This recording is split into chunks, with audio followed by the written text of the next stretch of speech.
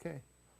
So I'm going to be making a track live and kind of showing you what I do, walking through the process. As you can see, I've got a bunch of synths, more stuff over there, lots of Roland stuff. I used to work for Roland during the time that all this Iris stuff came out, so I still have lots of it. I do really enjoy using it. You'll see as I get going through how I use it. And I'm going to be doing everything here in Ableton Live, and I'll be peeking in from the bottom corner.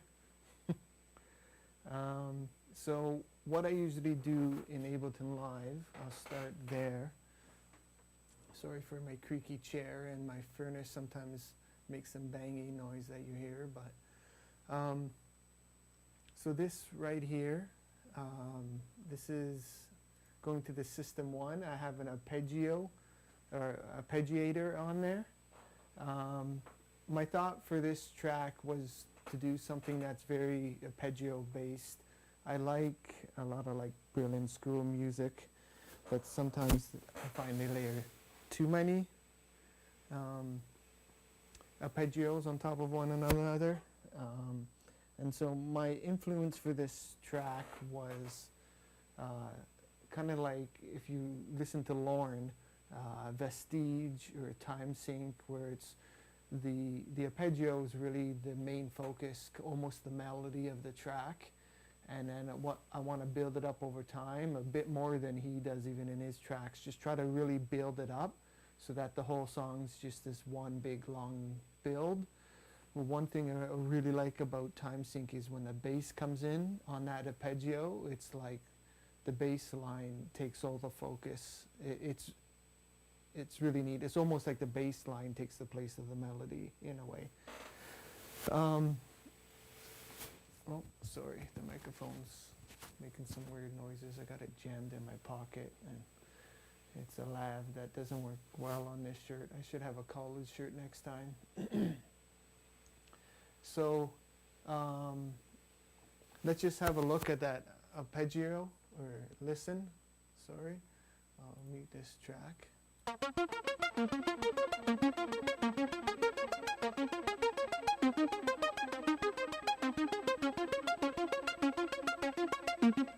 So what I usually do is I start off with a 4 to 8 bar loop, and I just kind of keep finding stuff to layer in on top, and then once I have enough stuff, then I go in and start arranging it, and then figure out what else I need to add where, and add that at a later time. I try to do all my composition before I record anything. Once in a while I'll go back and record a few things, mostly like risers and things, just to add some effects here and there.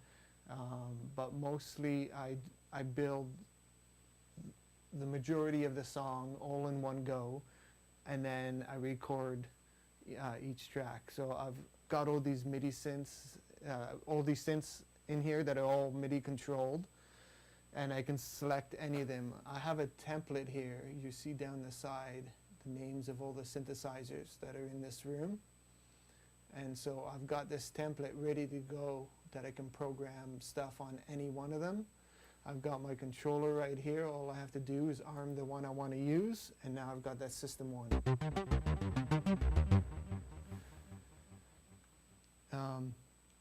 So I've already came up with that, the arpeggio, the chords I'm going to use for it, and then I mentioned the bass line. That's the other big thing with this song. And so I've just got playing the root notes, but I'm using my modular synth with a filter that I built myself that I can overdrive really nicely. So I'll just play that now. You can hear the two of them together.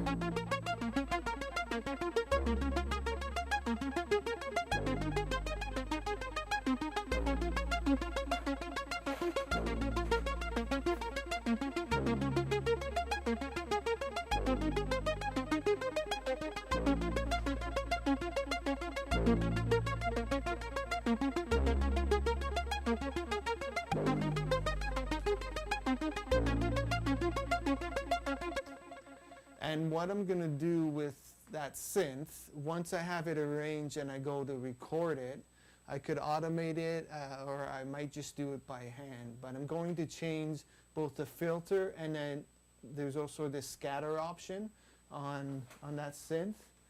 Let me just call this up and I'll show you. I'm going to adjust the filter and the scatter knob at the same time. So it's going to start off with the filter like almost closed. I'm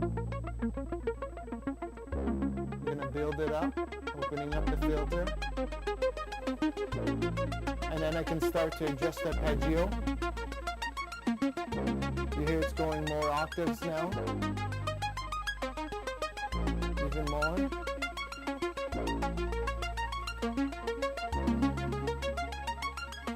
I think that's as far as I wanted to go. I'm going to go to 9 just to see. Yeah, I don't like when it goes double time like that. So that'll probably be about where I go with it. And then towards the end of the song, I will start to add noise.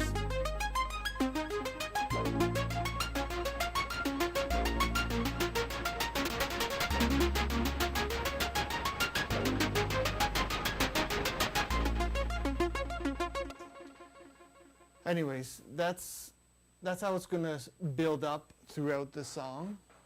I might do some of that automated and I might do some of it manually when I record, but I'll worry about that later. So now I got those two main parts done, and I think I'm going to do some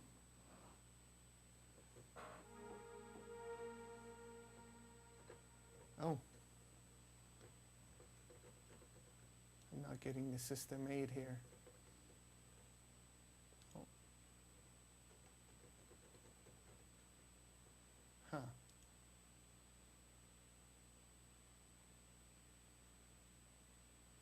Sorry about that.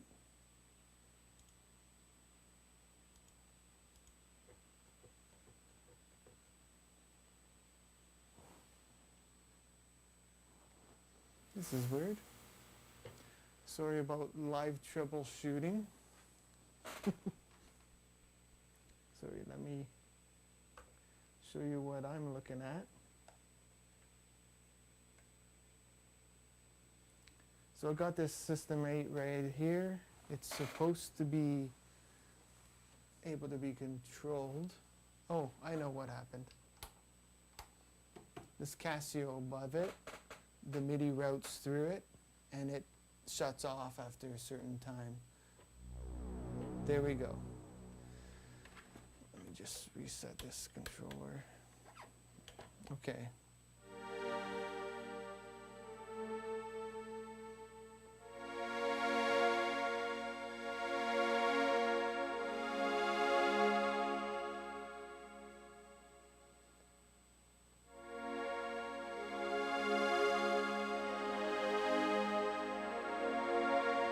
So those are the chords. I'm just going to play this and you can hear it with it.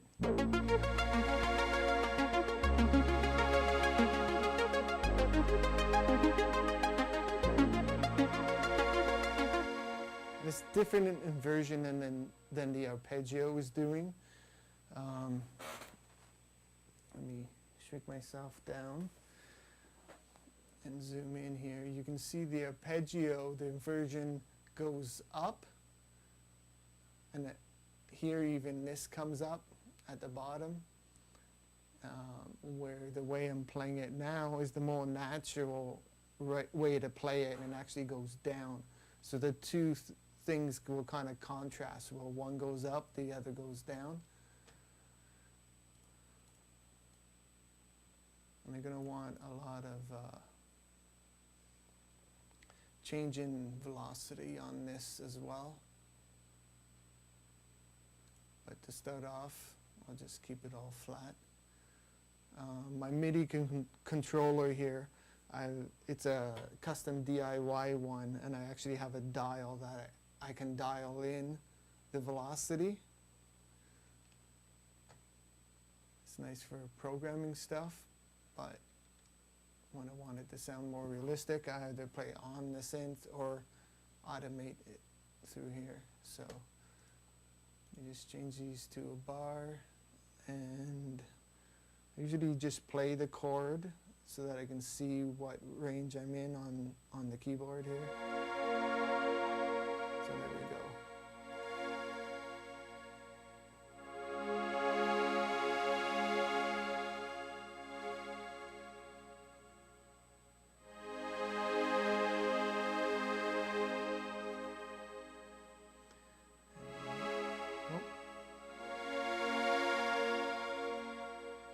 It starts and ends on the same chord.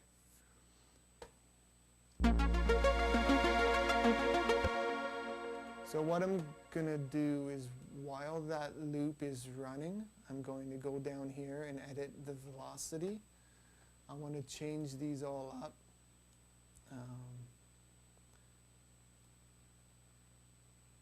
I'm going to change the individual notes after, but I think the first one I want to be a little stronger, and then it kind of goes down from there.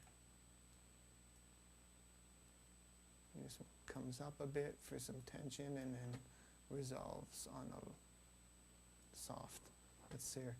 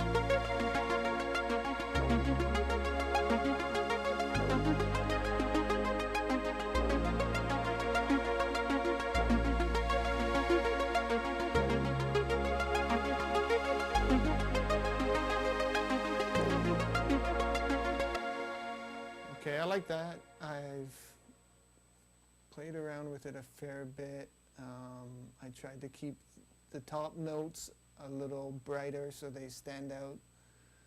And then down here, the reason I kept that top one, because that's the fifth, and I wanted to kind of hint into leading back into the root note again. Okay, I like that. And then, oh, let me just take a quick peek here.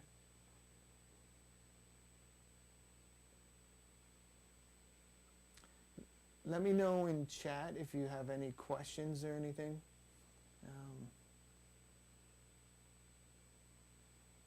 I did this once before on TikTok and answered a few questions for people. Okay, the next thing,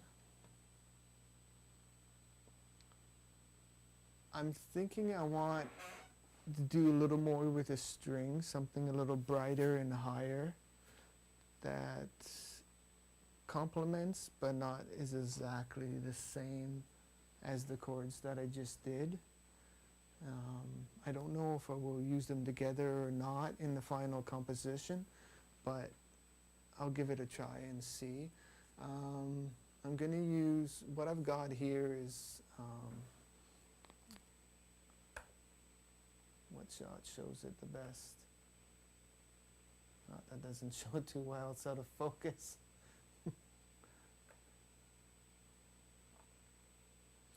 Anyway, what you can't see here out of focus, I have this Yamaha KM602 mixer. It has a built-in chorus. I added mods, so the two little shiny things up there, those are knobs to control the analog chorus in it. And I have 4 Yamaha modules, EMT10 and what's the other one? EMT1. So I have 4 of those going into this little mixer, and I use it almost like a multi-timbral synth, almost like up here I've got a Korg M3R, and it's the same sort of thing. Like I've got the controller for that, and I pick each of my sounds and can adjust the levels in each of them. But it's all in one unit. This is like I've built my own one of these with 4 external modules. I can set them all to different sounds, mix them all, and then I run them through a Boss RV6, RV6 reverb. And I like the shimmer on that. So let's just find where that one is in here. Let's call that EMT stack.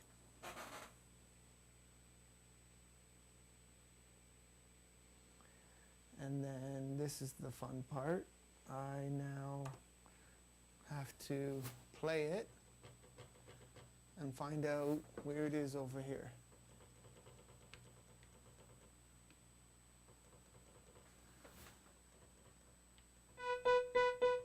There it is. So everything's on piano right now.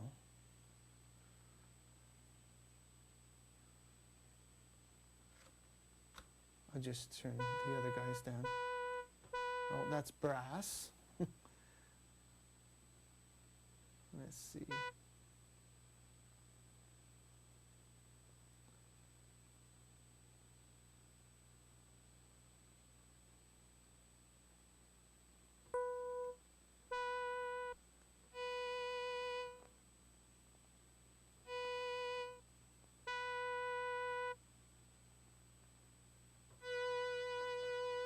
There we go.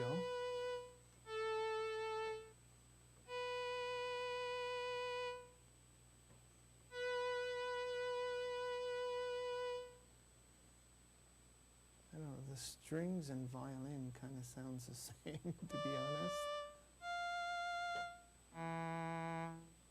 What's it? Alien and ice.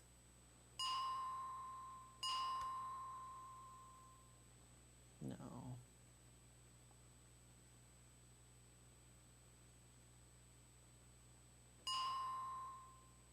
I don't want something that harsh.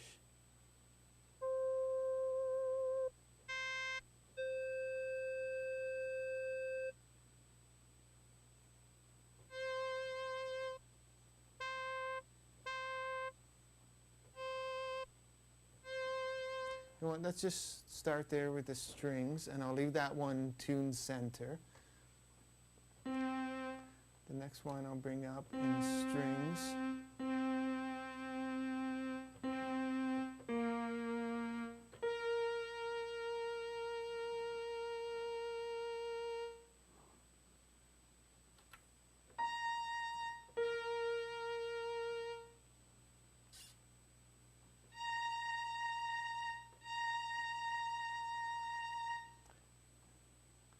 I like that it's coming in a bit quicker and it's a little brighter. I'm going to pitch it up a little bit.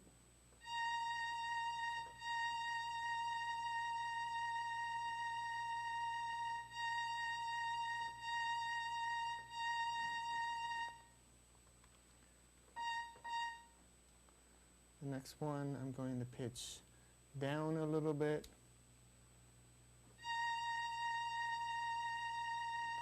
And then the next one,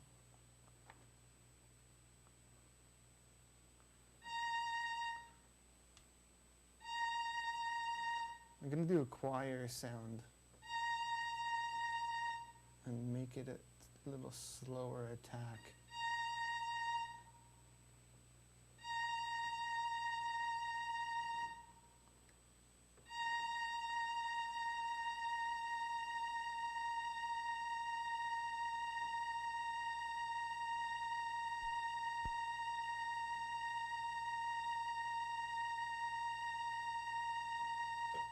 Okay, and now reverb.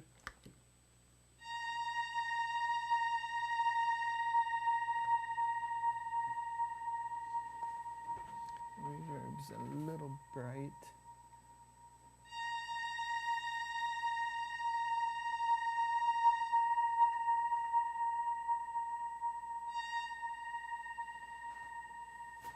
The time's a little long.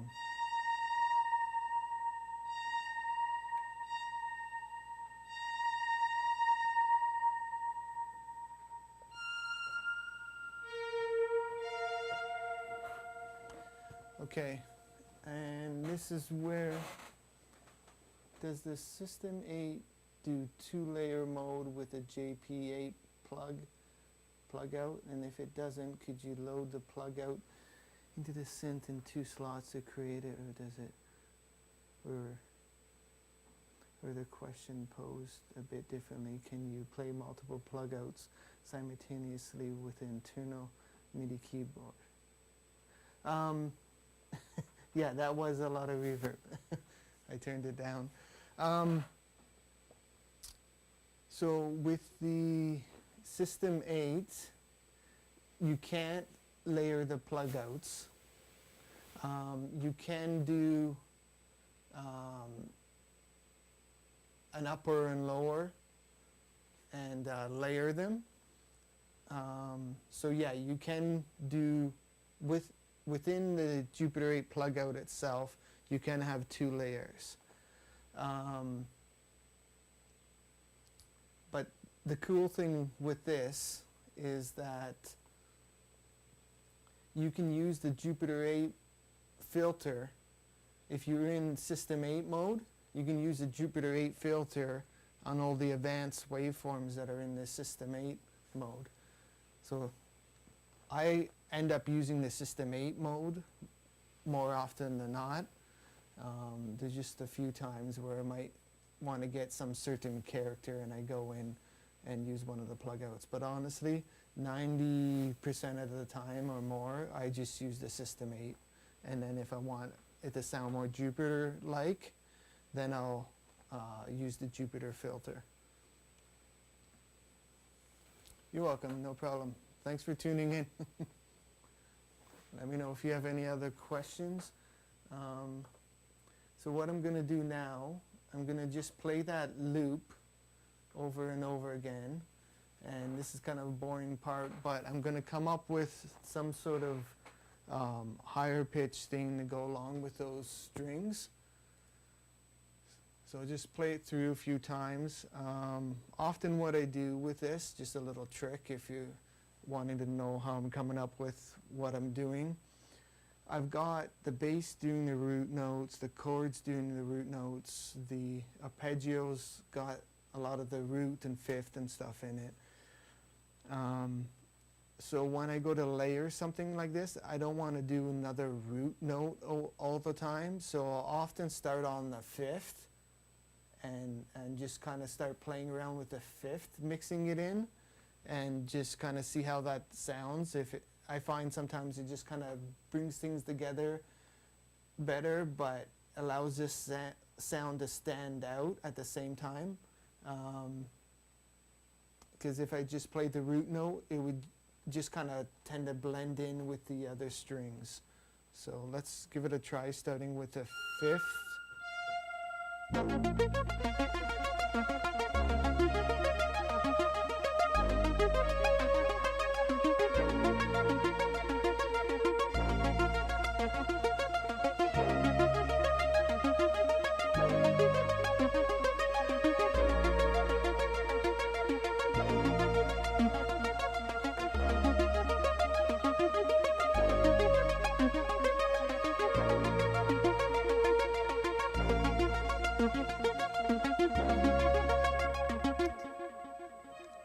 Trying to figure out what I'm even doing there.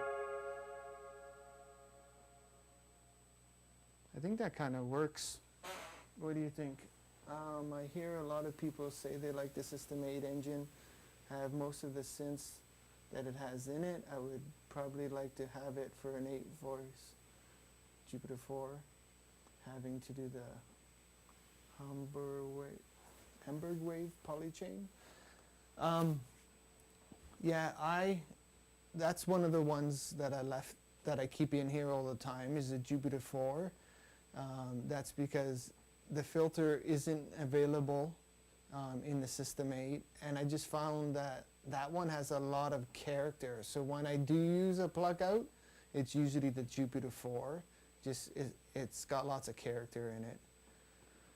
I just have it on Jupiter 4 and SH2. Yeah, I love the SH2 as well. I don't have it in the System. I used to keep it in the System 1, but right now it's got the 101 in it.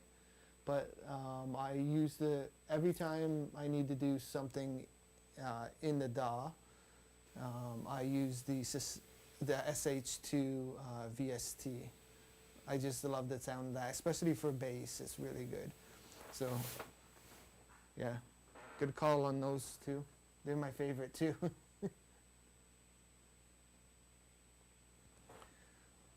Okay, let's just do this one more time and then I can program it in.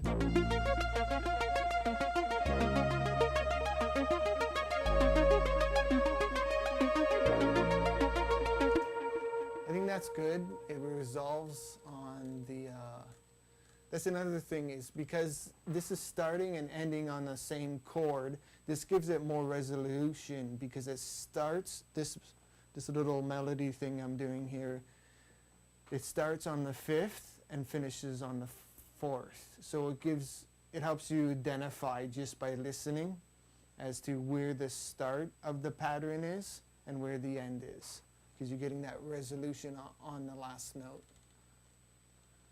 Let me switch back to this.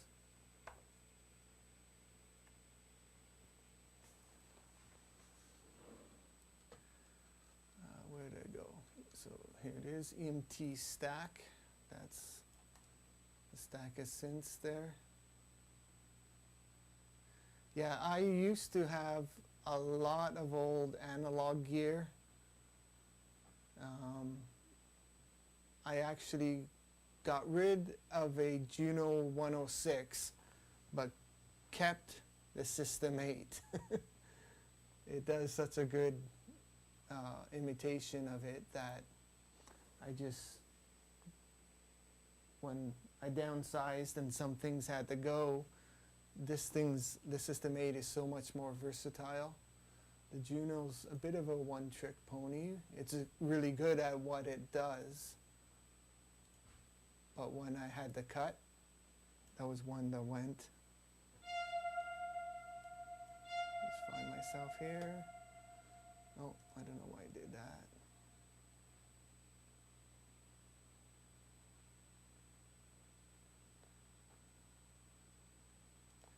Might be half bars I'm looking for.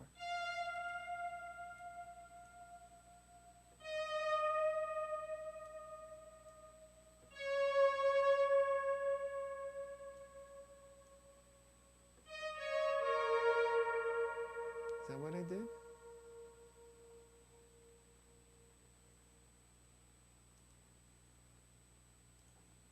That would be like to do. Let's see if that's it or not.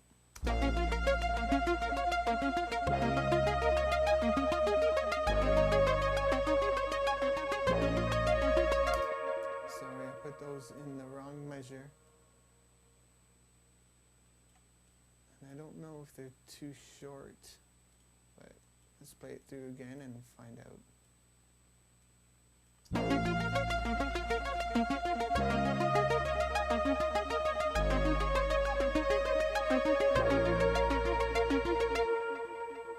Oh, Ontario Synth Nuts have some crazy stuff. I guess you came in from that link. Someone approved it. Who are you on there? Yeah. Two-stroke turbo. A car guy. Is this Sunil? He's the only synth car guy I know. I'm a spy from Vancouver. Oh, okay. Did I meet you when I was out there? I used to go out there all the time for rolling. I went to a few events.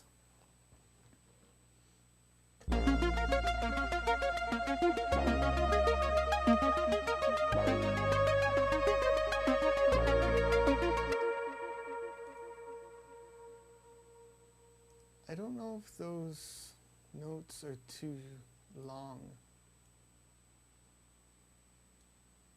Let's just try them shorter and see what happens.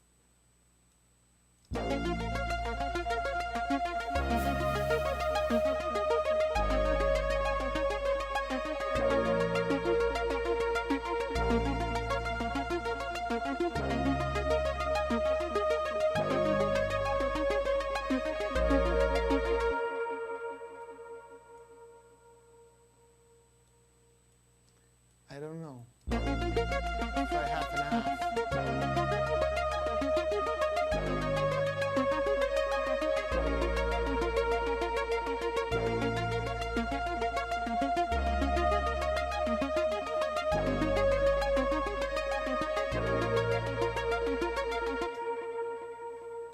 Okay, I'm liking that.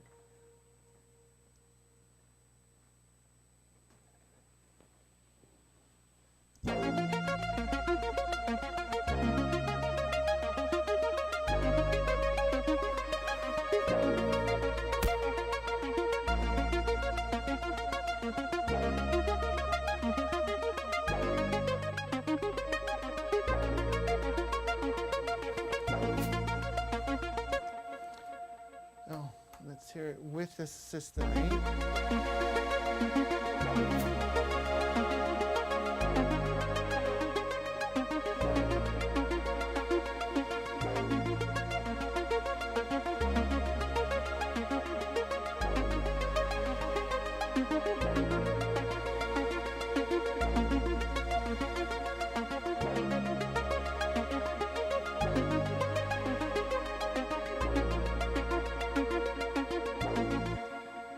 Yeah, I can hear it. I probably won't use the two together, or if I do, not much, because they're just blending into together, sounding like one sound. But I do like the strings and what it does there. It just might be a small part of the song.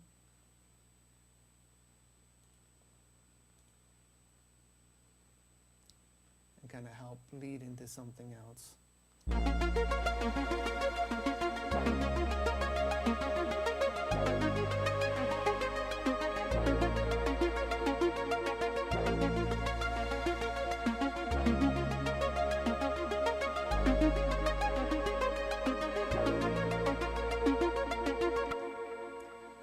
Now I don't want to get too crazy with adding stuff.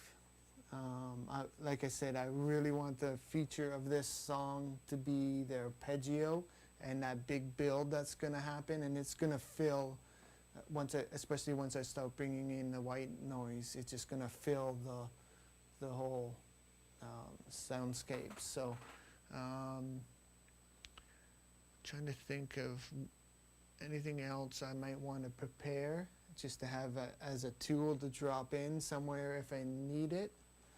I'm thinking maybe just some sort of lower sounding arpeggio. Sorry for the squeaky chair. Let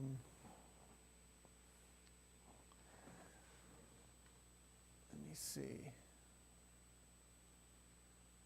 Got these little sound modules that might be good to use. Oh. 3 and 2.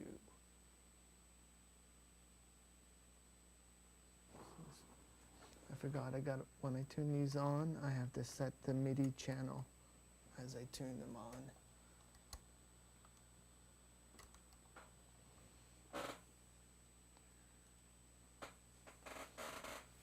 So, would be a good camera, that one.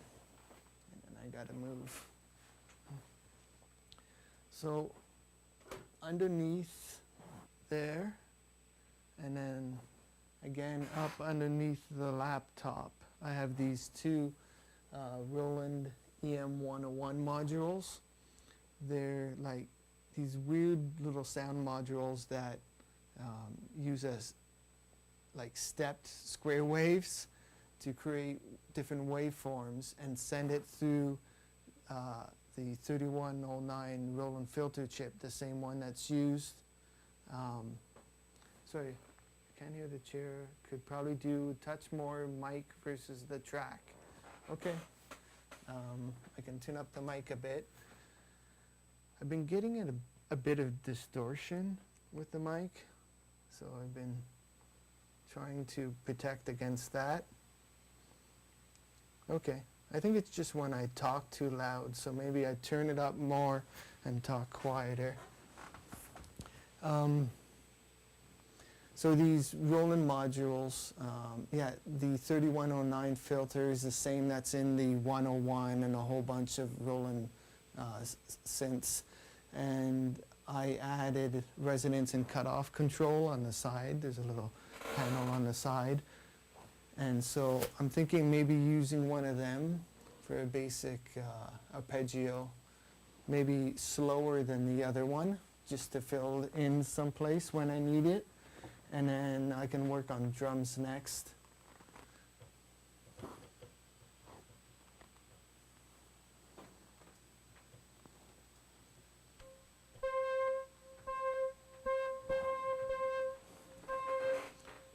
Okay.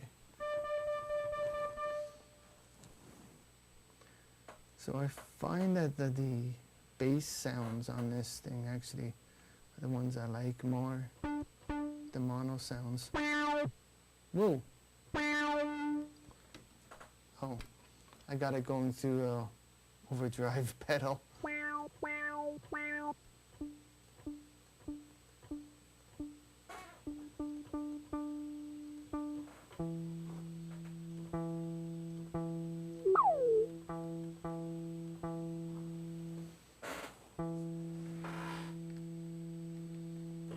I don't like the sustain on that. It's supposed to be a bass.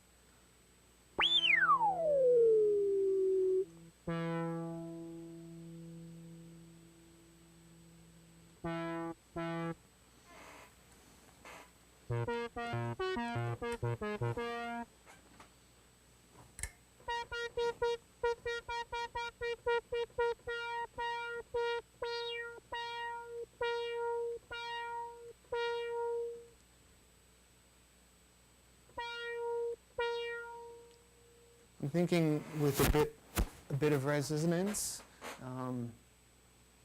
it would probably, with the filter, when you crank up the resonance, you often lose a bit of bass, and everything else doesn't have much resonance. So I'm thinking this might just kind of help it stand out, cut through. I will start with just a single measure and do something generic and see. Yeah,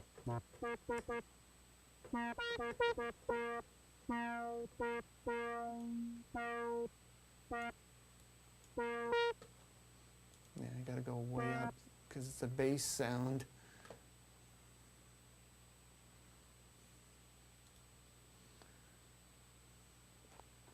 What I often do with trying to come up with arpeggios like this, I'll just put some random stuff and then I go back and I go, okay, what's actually in the key for this?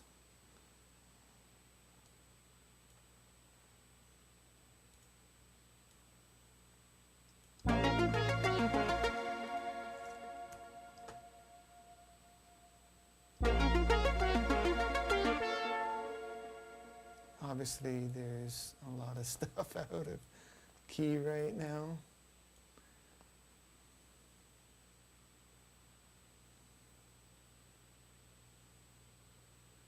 I want to end this on the 5th, which is an F.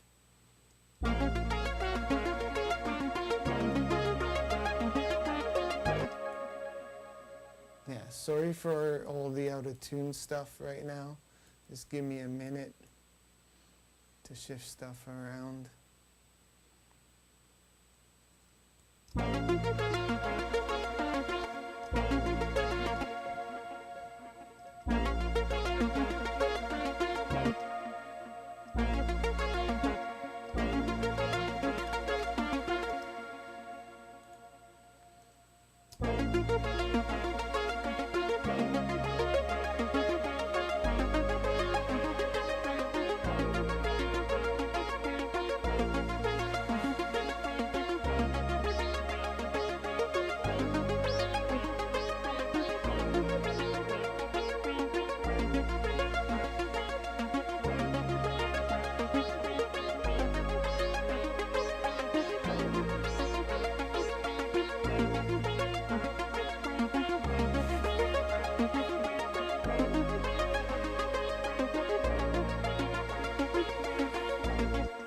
Okay, that's just something I can insert here or there whenever I need to use it.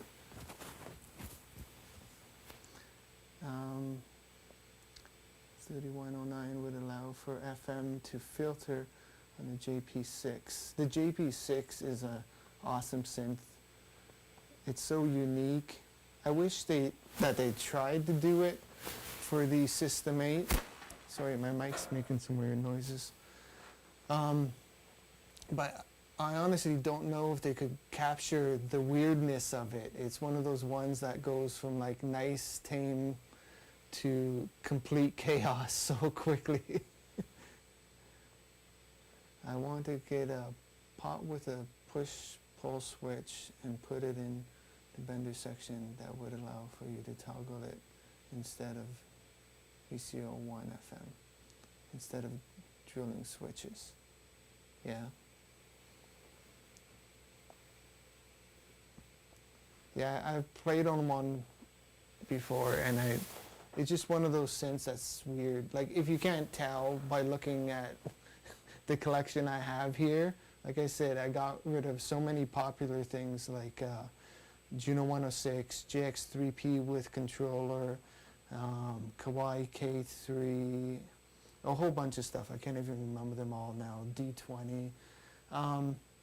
And I kept the weirdest, strangest stuff because those are the things that I can't replace and nothing else can imitate. So I've got like lots of DIY stuff and weird things like this. I love this Casio, this HT3000.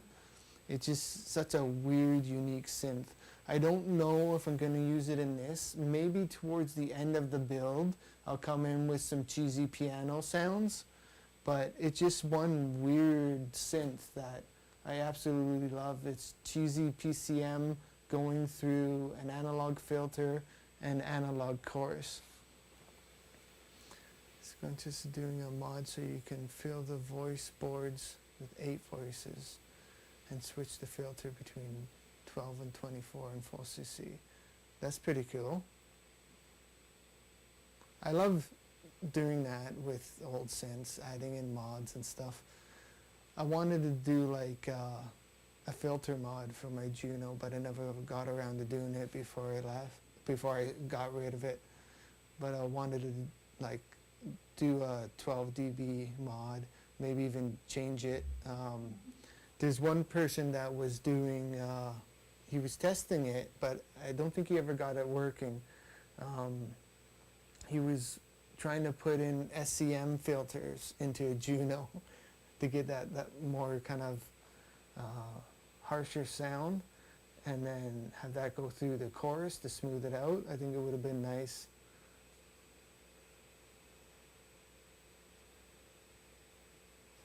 Yeah, 12 dB is so nice for a big poly.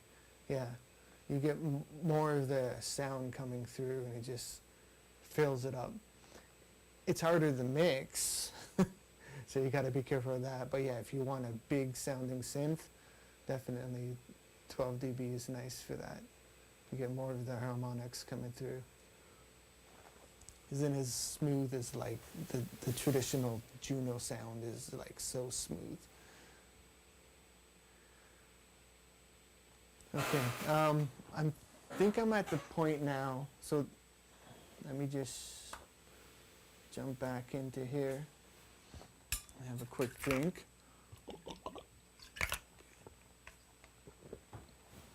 I think I'm at the point now that, oh no, I haven't done drums yet. The drums are going to be minimal, but they're going to be heavy. So for drums, I mostly use a Roland TR-8. What's it say? A guy near you swapped out his 3340 and his Prophet 10 for the new remade 2040 SSM chips. Well, that's interesting. Did he say what the sound difference was?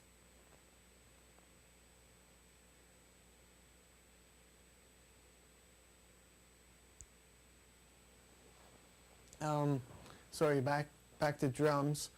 I use the original TR-8. I just like the hands-on, everything's right there, just easy to adjust my sounds. And I send it through this old crappy analog mixer. It's called Biamp. I've only ever seen two, and I bought them both. So I got them both underneath the desk here. And I just use it for saturation. So it's on an aux channel. I send the drums through that and then mix it back in. When I record it, sometimes I record the snare too, but usually the hi-hats and stuff I don't want distorted. So when I record, I just record those clean. But the kick, always on the kick, I'll record both clean and saturated, and then I mix them after the fact. So let's start work on the drums. And the way I do drums is I always start off with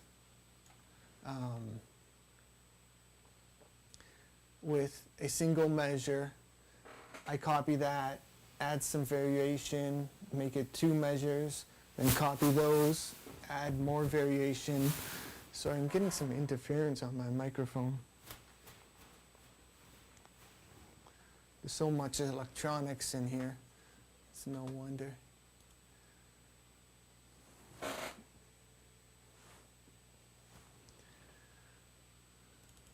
Okay.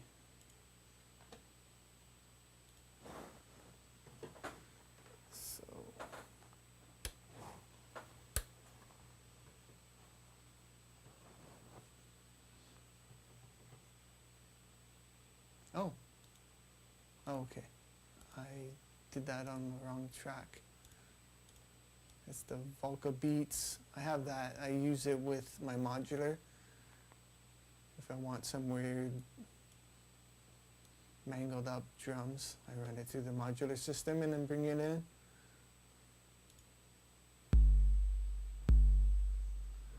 Okay, so that's just the System 8. And I'm going to want that. I think that's an 808 kick. I'm going to want something like that.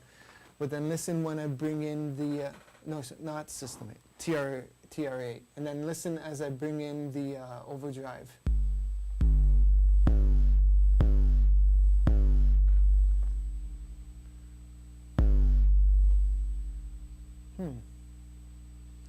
For some reason, I'm getting more of that in one channel than the other.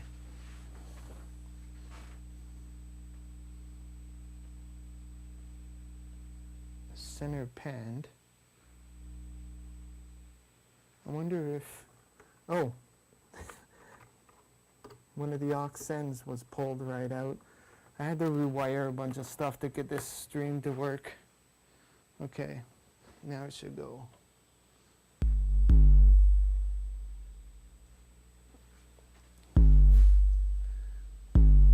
I think that goes on too long, but I'll adjust that in a second here.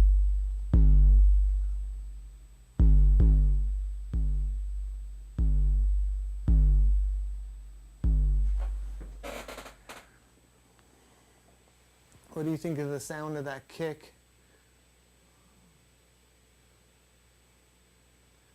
You like the Rev 3 better with the Curtis? Yeah, he got his dual keyboard. I like a Rev 2. You know what might be cool if you could do half, like one layer of the Prophet 10 sounding like one of the synths and the other sounding like another one. That would be interesting. You got two different sounds in the Prophet 10. Okay, I'm just going to play this on a loop quick with that kick in there.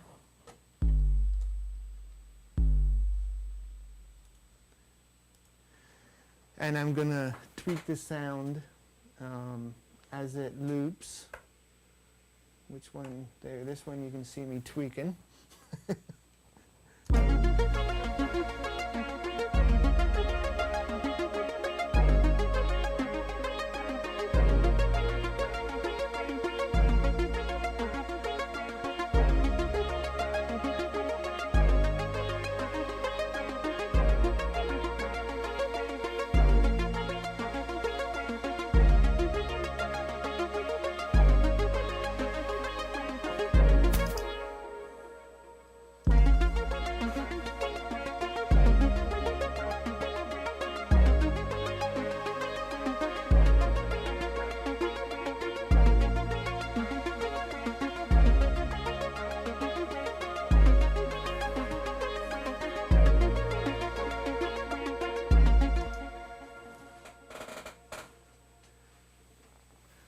I think Belltone Synthworks did exactly that for someone.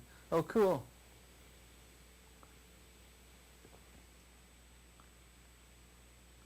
That would be weird playing more than 5 notes. What? Is it not two separate? Is it not two separate synths? I do not understand. Or does it voice steal from, like the top will steal from the bottom? I don't understand. I thought it was two separate synths, so you could replace the filters in one and not the other.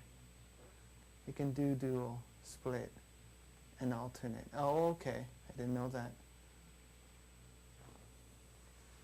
Just have to have the right mode selected. Okay, and then snare. That sounds a little wimpy. I'm going to see what I can do to beef that up. I'll try a few different options in there. The drums are going to be minimal in this. I want them just for impact more than anything. It's not going to be like a techno song or something. It's not going to be, the beat isn't going to be driving the song. I really want to focus on that bass line, that bass is going to be something impactful that brings it along, and the main thing of the song, like I said before, is the arpeggio. That's going to be the main focus, and then the bass is second. So the drums are just to add a bit of impact. So let me see if I can get something going. This would be a perfect time to, the TR-8, you can gate your reverb inside of it. So I might do that to bring the snare out more and make it more impactful. So again, I'm just going to be tweaking over there in the corner.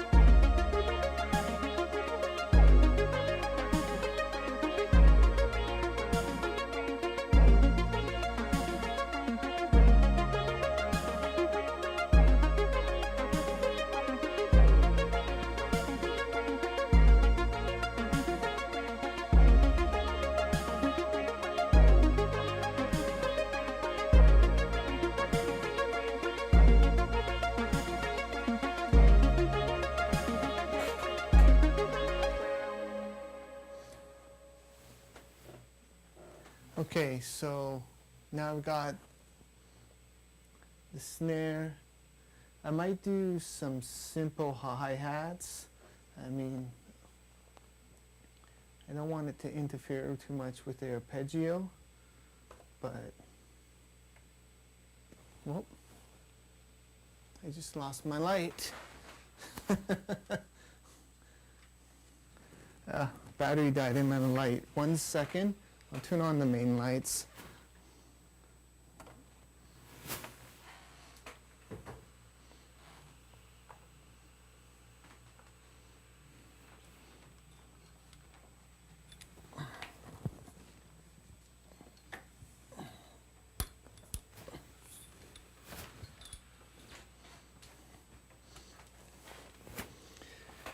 Okay, you can probably see stuff better now anyway. Ooh, what's wrong with the color in that? I think the camera doesn't like those red lights. It's freaking out. Doesn't want to color balance properly.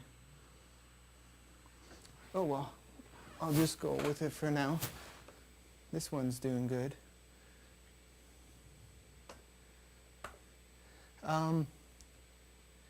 Two-stroke turbo.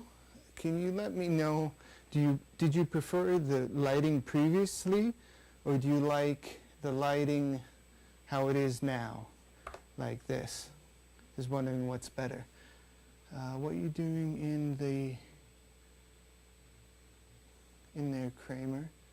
JDX Jerry?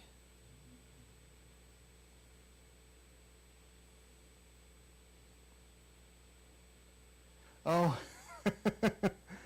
is that a Seinfeld reference from when Kramer had a light outside his bedroom window, or his apartment window, and the whole apartment was red?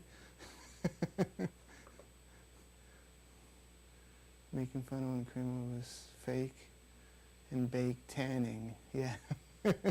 Okay. Yeah. What do you like? Do you like how the lighting was, or like this? You could see the gear more. It's just less of that studio vibe. I like the first. Okay. All right. I just need to recharge the battery for that light. So next time I'll have my spare battery in the room ready to go.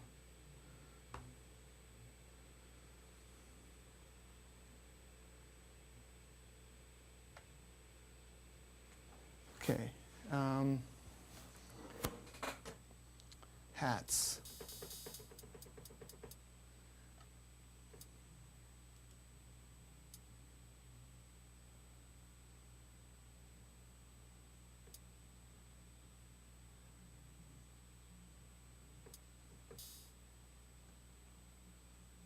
Oh, I know what to do.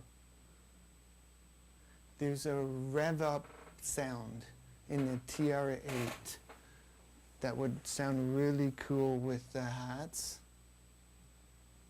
and then hit on the snare. I'm gonna need a second to find it.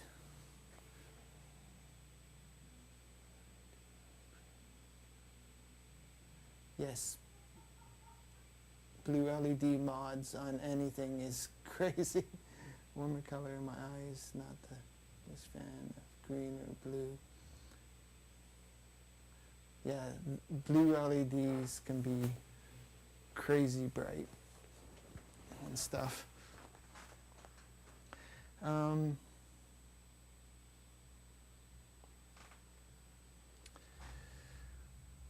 don't know where that rev sound is. I don't know if it was like a ride. You can select in this from a bunch of different instruments, a bunch of different kits for each instrument. So I've got TR-8, 808, 909, 707, 727, and 606 all in here.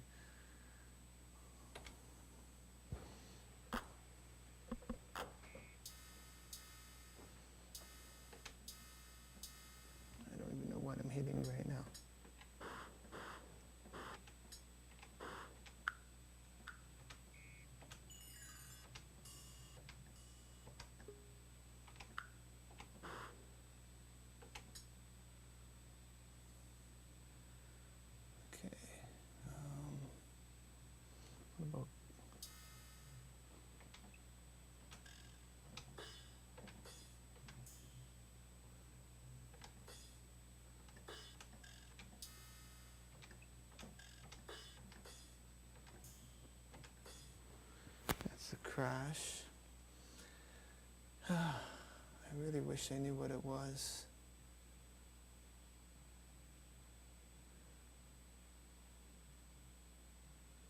Maybe it's hand clap?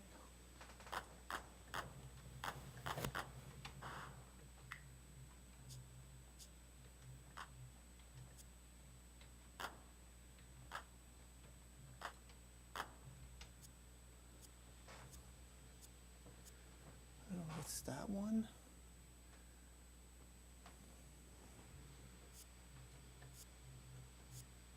It does a really short one. It's probably very quiet for you to hear, but I don't think that's the one I'm looking for. Rim shot.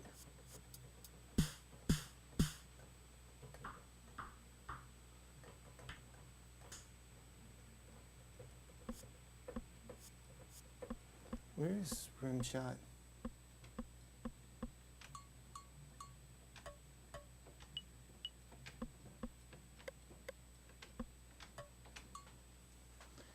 You know what? I can't find it.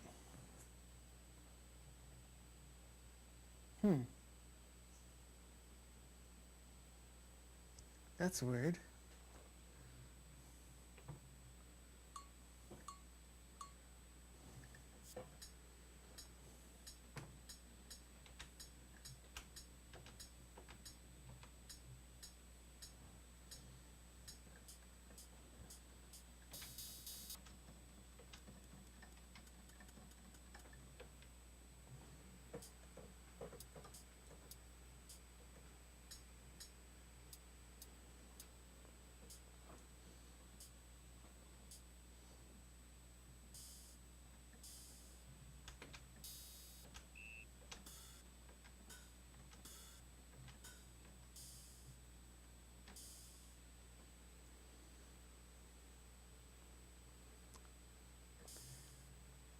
I don't know.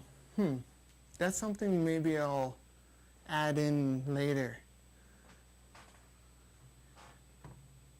I'm pretty sure there was a sound in here that did more of like a rise. This hand clap does it a little bit.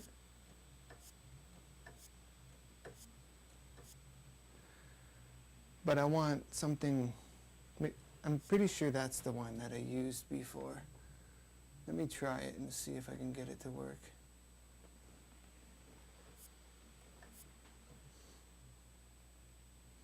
I think on a faster song, that short rise worked.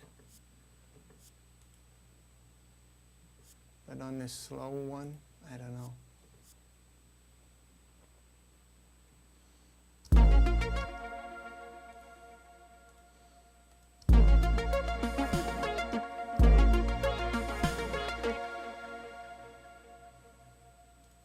Let me get these out.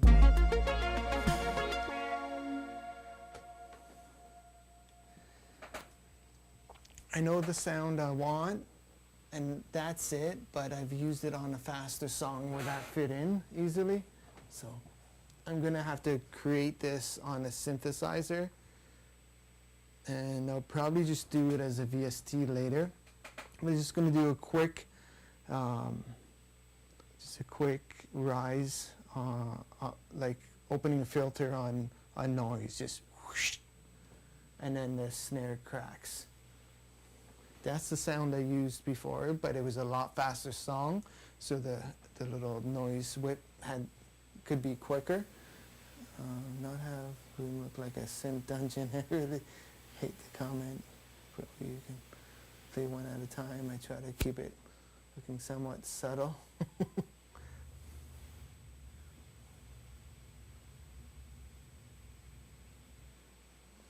So is this a Slayer's second bedroom? Yeah, this is another bedroom. Half of it I have as a shop that I work on electronics, and then this side is my little synth area. Just behind here, I've got a couple desks and a big storage cabinet over there for all my electronics and stuff that I work on back behind these synths.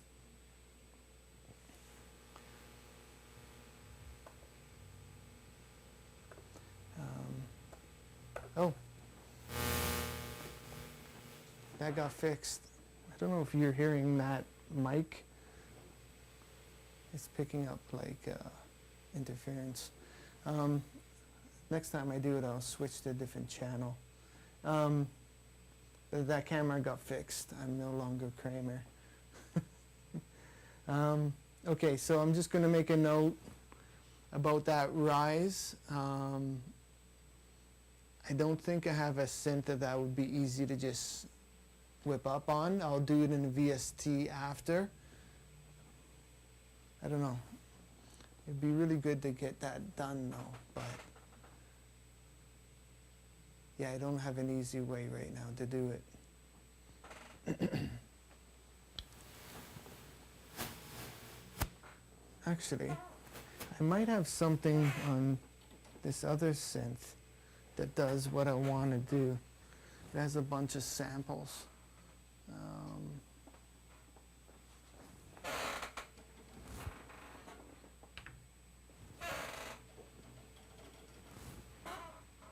You're not hearing those chair creaks still? Let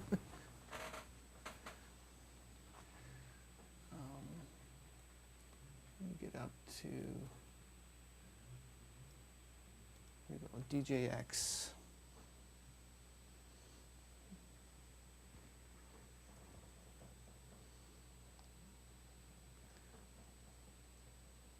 I really need to get to labeling some of this stuff.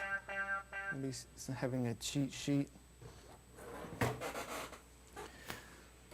So this guy down here.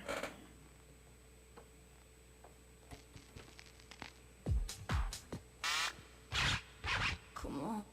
Get up, go! Yeah. Yeah. That. I want something like that.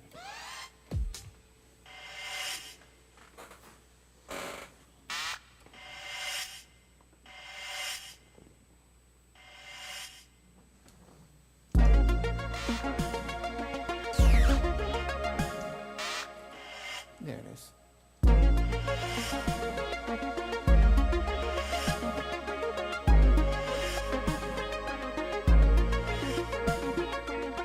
Okay, got it.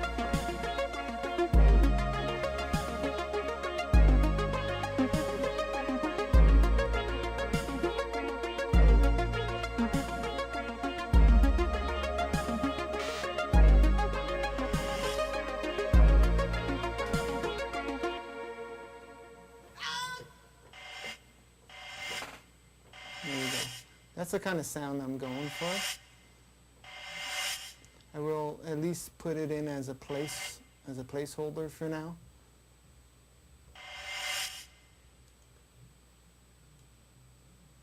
See how that goes.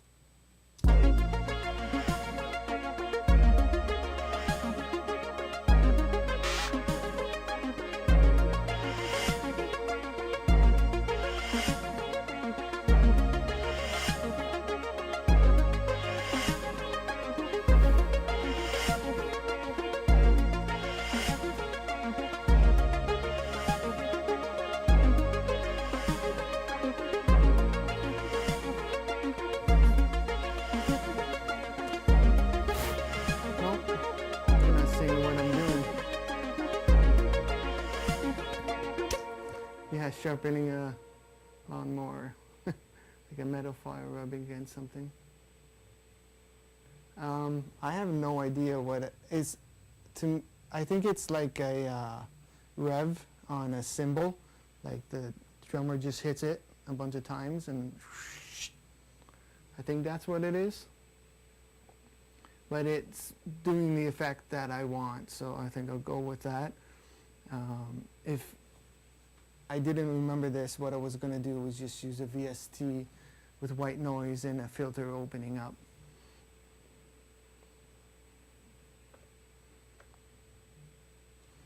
Okay.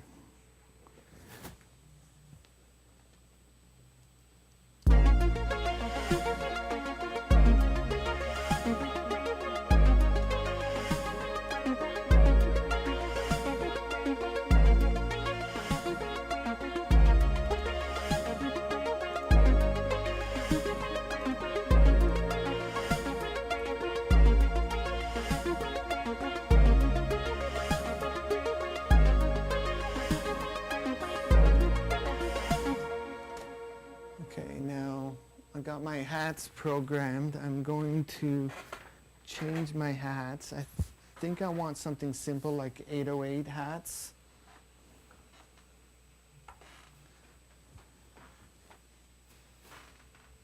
Time to make dinner. Have fun. Okay, thanks for tuning in. Enjoy your dinner.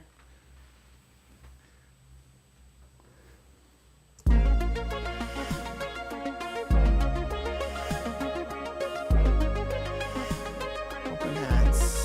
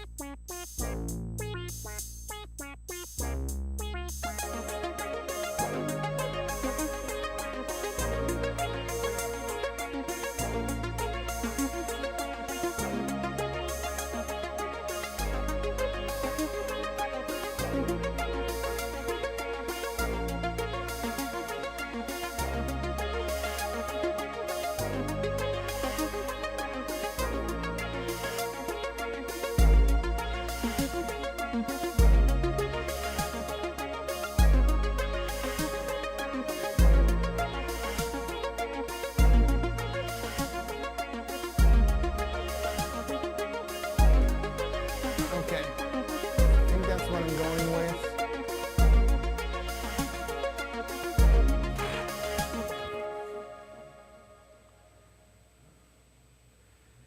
Then I'm gonna do, whoa, something sounding weird in my headphones. Now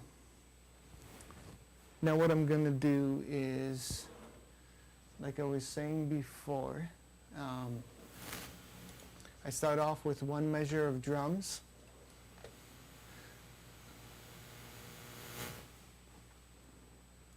Then I increase it to 2. I don't think I'm gonna, for this song, I don't want a lot of variation. It's gonna be very simple. I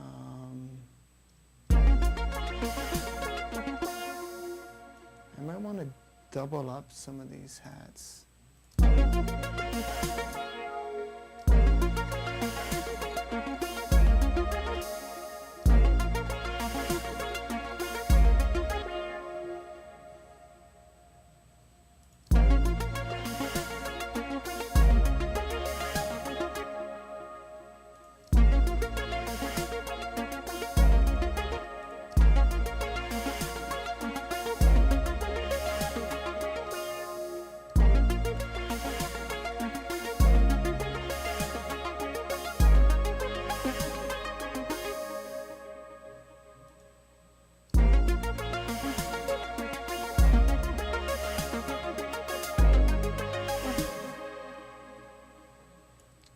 Okay, then I double that.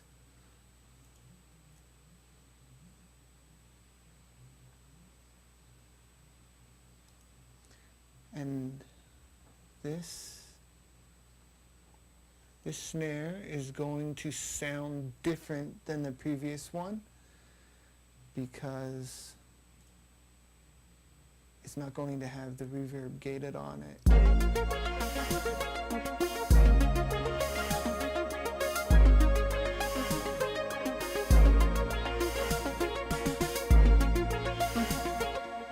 I like that, and then I just need a crash.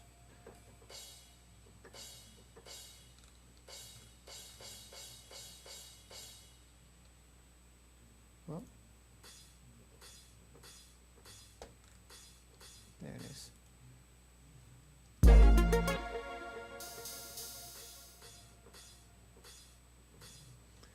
I don't know if that's the crash to do though.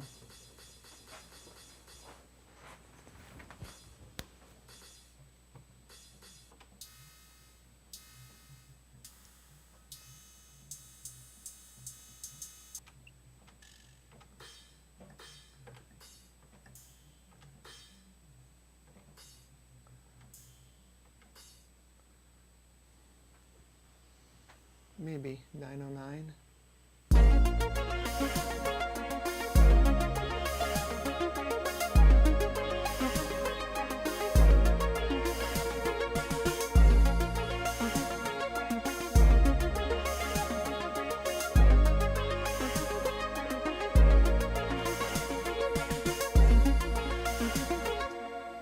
It's there, it's a little quiet, but I'll fix that later when I record everything.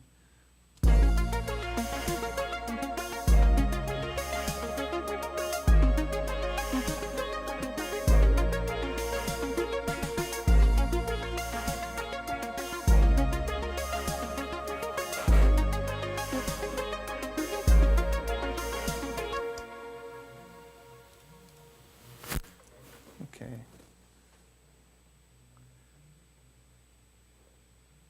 Just checking in on the chat and stuff.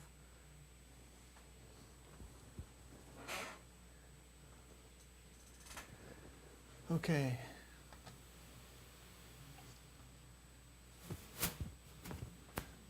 So I think I'm at the point, like I said, I don't want this song to be too complex. So I'm at the point now where I'm going to start arranging stuff. Why is that there?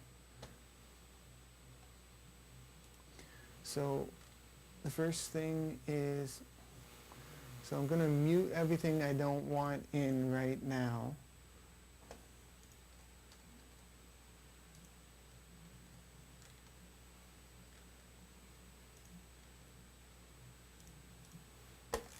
I have all the components to start. I might add some stuff here or there, but this has me enough to get going. System 1. So this guy's going to start, like I said before, it's going to start off with the filter and everything closed. And build up.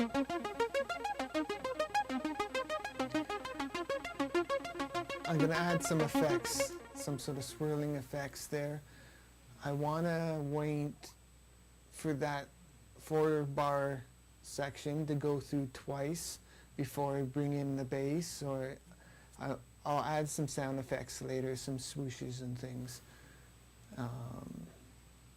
So that when the bass does come in, there's a bit of an anticipation of it. A nice build up, and then the bass comes in. I want it to be a little more impactful.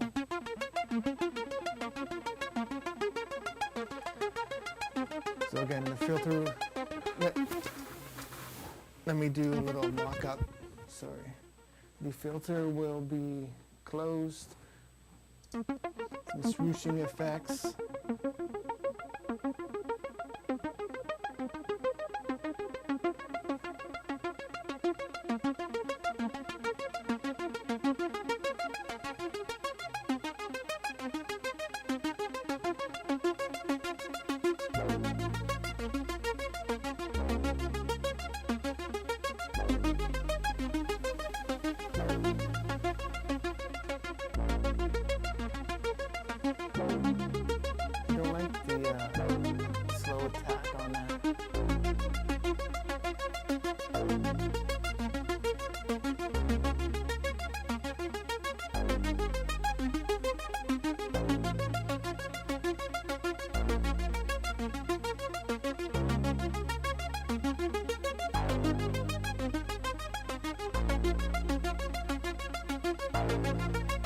making the bass a little more aggressive.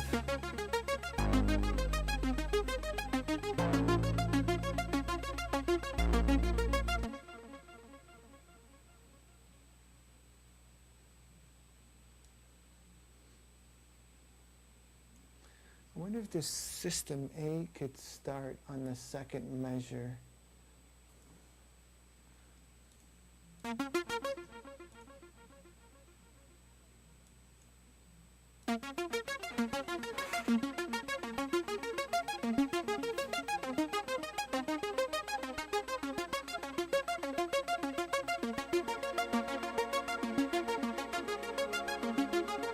Yeah, that fills it in a bit.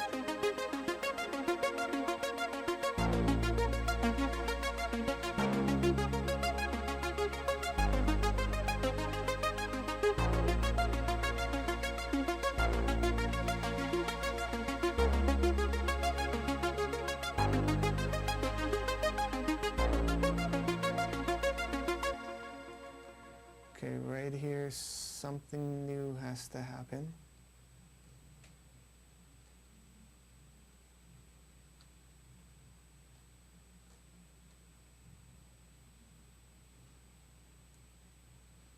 At the drums already. Let's say yes.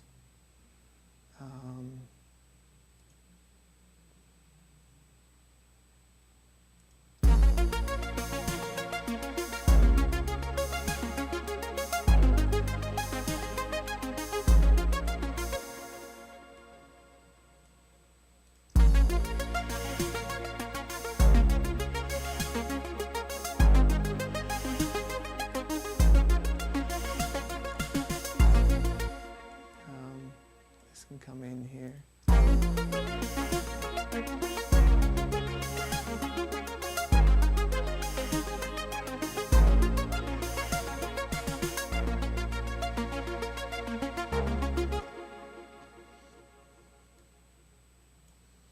I don't know yet how many measures this is going to go on for, but pretty soon I'll stop it and do a little interlude and bring in that second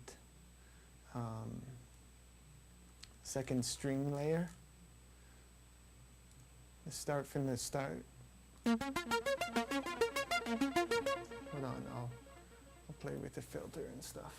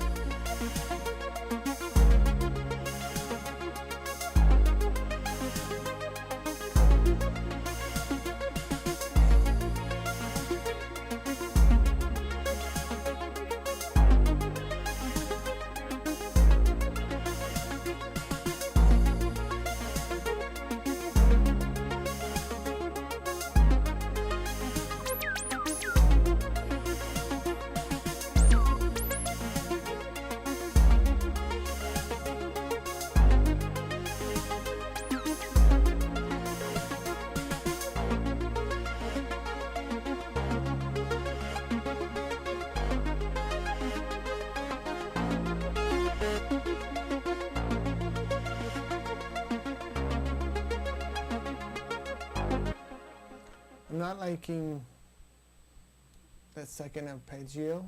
I'm going to play with the sounds a bit and see if I can get it to sound a little bit nicer.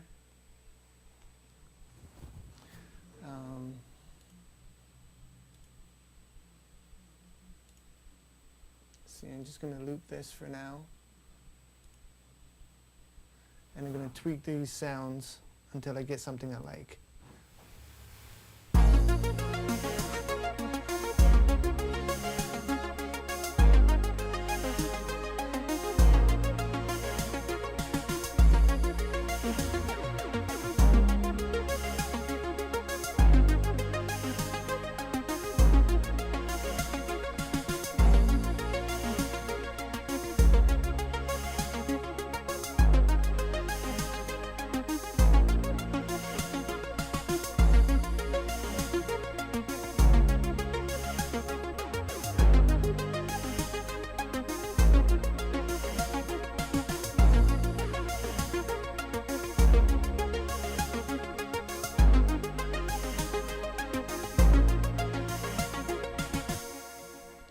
like that. I turned on the DIY overdrive that I got on that unit. Let me solo it. It's probably going to sound really nasty on its own, but oh, that's not the right track. Oh, it is. But let's see.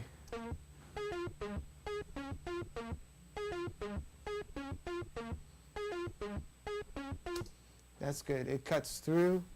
It's not as zappy and weird as the other one was. So I'm liking that.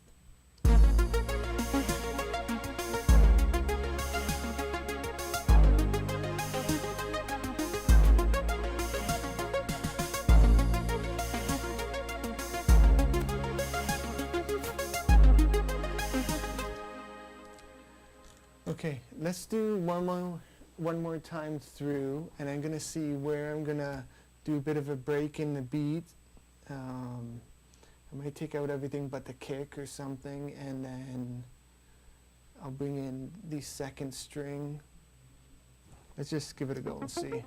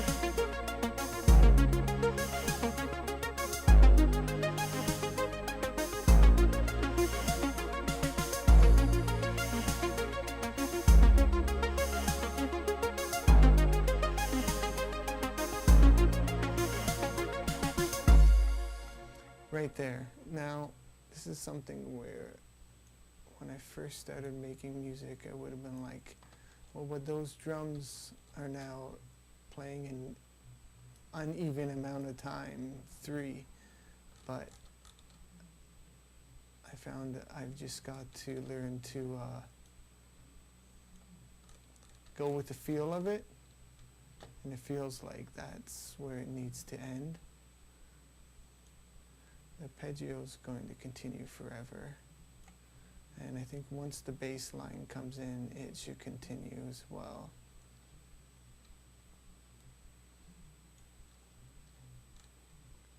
Here's that.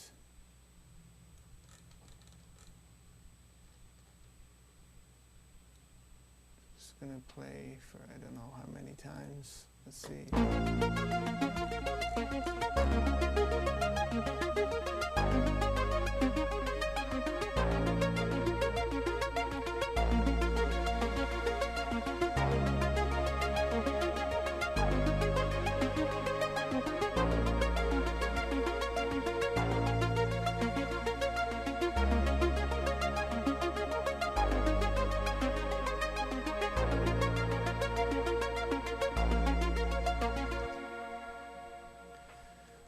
You know what? I'm starting to, I like this, what it's doing, but it blends in too much with the other strings.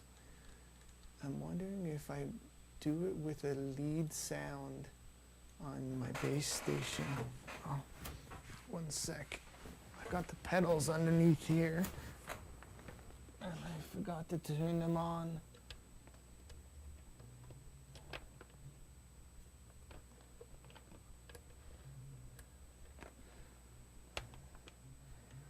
Can't see anything down here.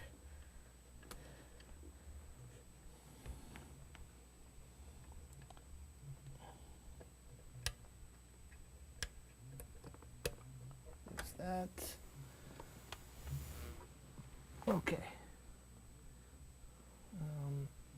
This was on bypass. Is it still? No. Okay.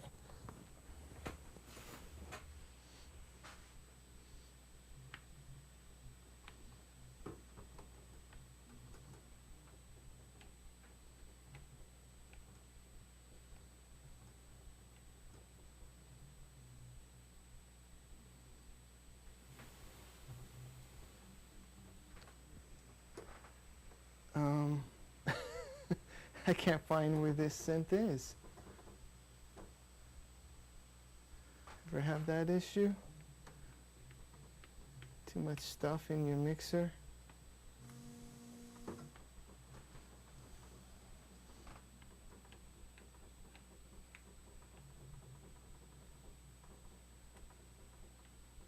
Uh-oh.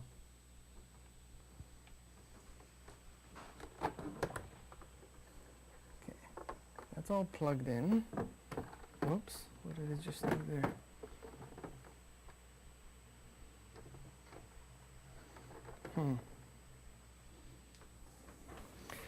I hate having tech issues while I'm trying to show you something.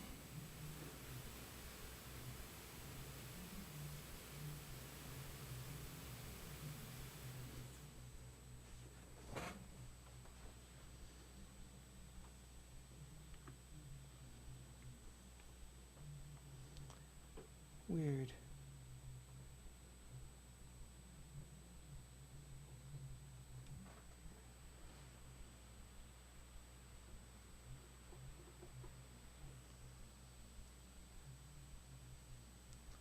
I can't find where this synth is coming through.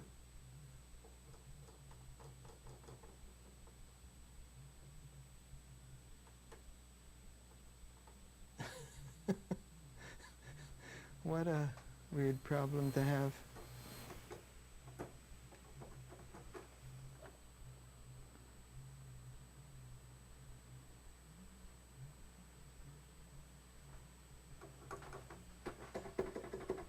Huh. Maybe it's telling me don't use that synth. I use the bass station almost exclusively for leads. I really like it for that, but I do tend to overuse it. I will admit that. I just don't understand why it's not working.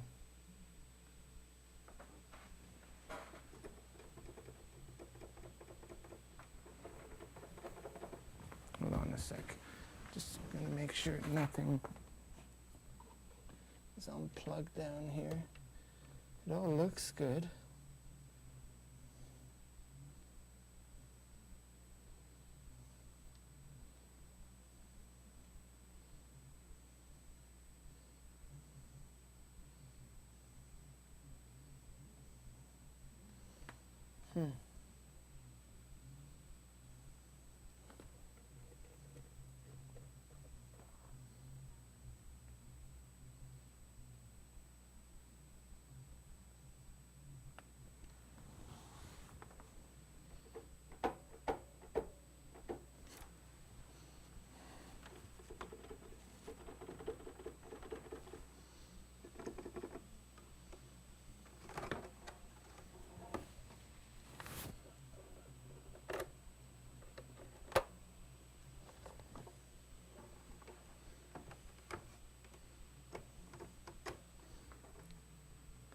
This is so weird.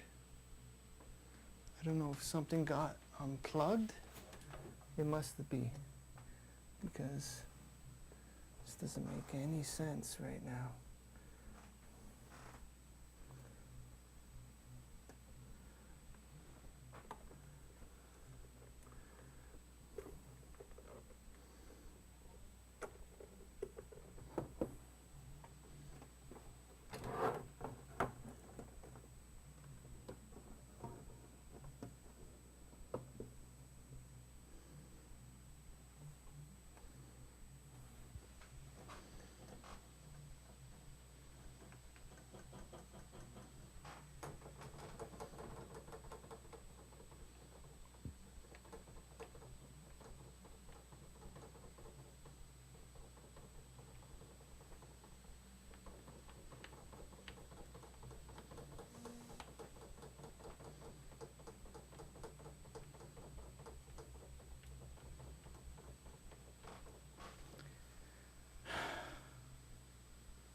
I don't know what happened to this synth. It just,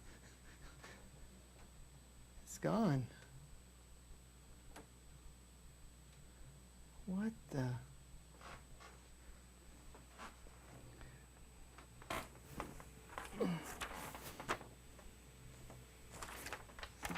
not the one I was looking for. I had some stuff written down on paper as to where things were. Nope. Huh. Well, that's no good. I wanted to try moving that lead sound from strings to a synthesizer. But I can't figure it out.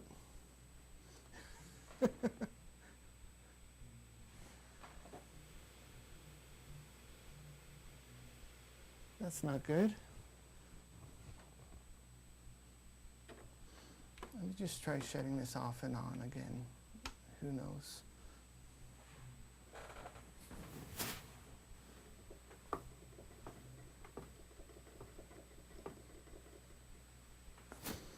Maybe it was that pedal.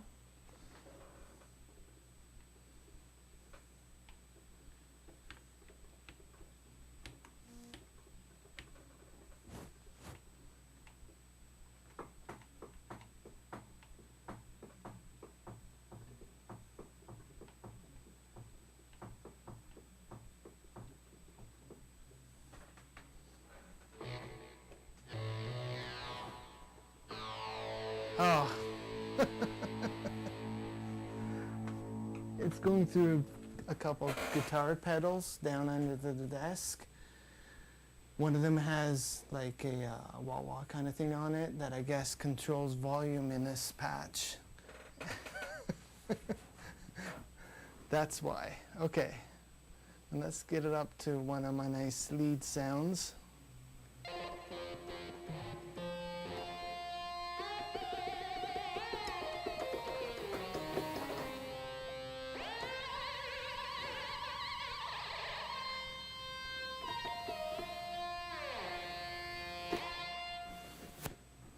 I'd say that's a pretty good lead sound.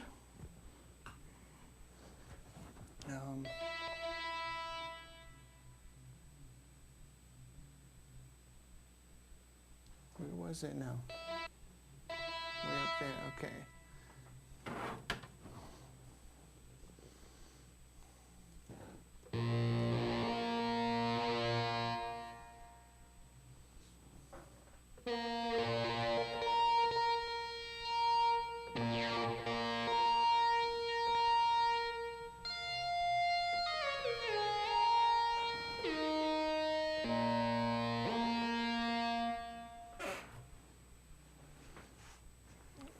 More reverb, more echo.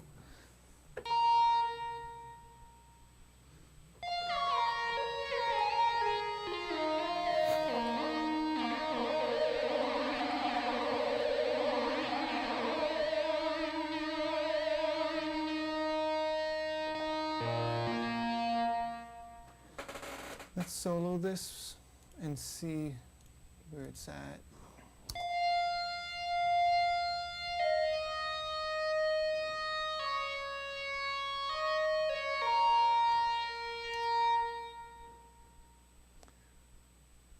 Okay.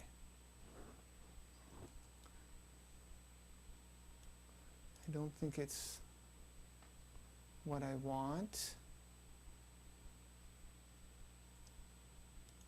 It's going to be a lead sound. So I just like to color code my stuff. It's going to be a lead sound. It's going to be need more notes.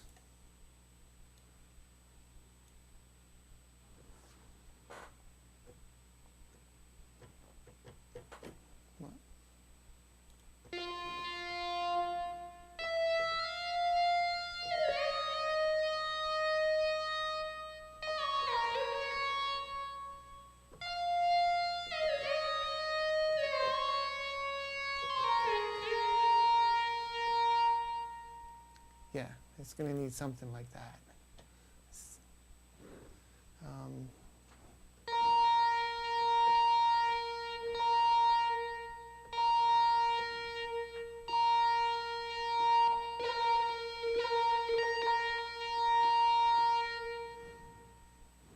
It's going to adjust this. The sustain is too long.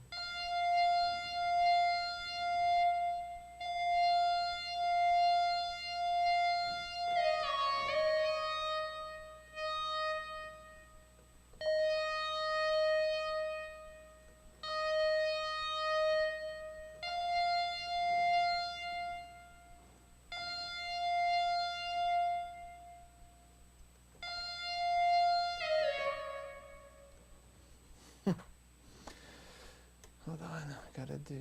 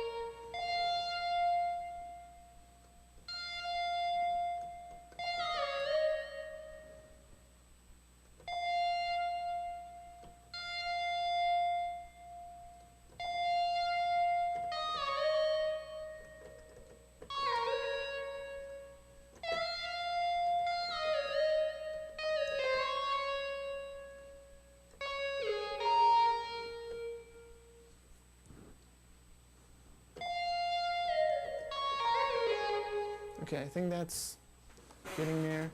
It was just too sustained, so I have the filter coming down with the amp VCA staying open. So you still hear it, but not as much. Okay. So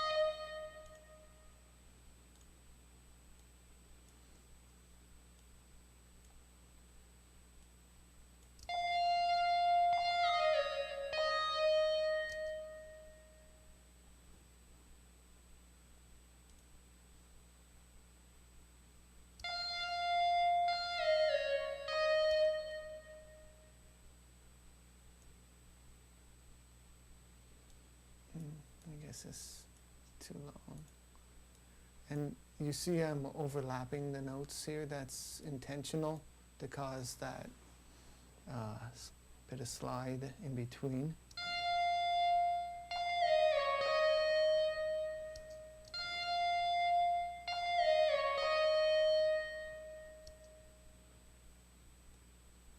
And do the same thing here.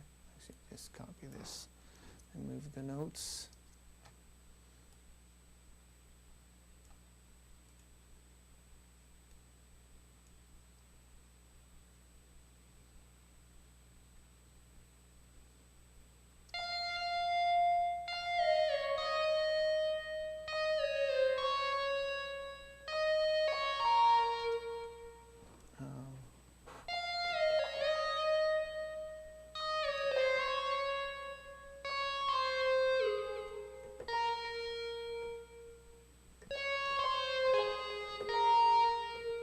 This one's going to come down. Just get rid of those.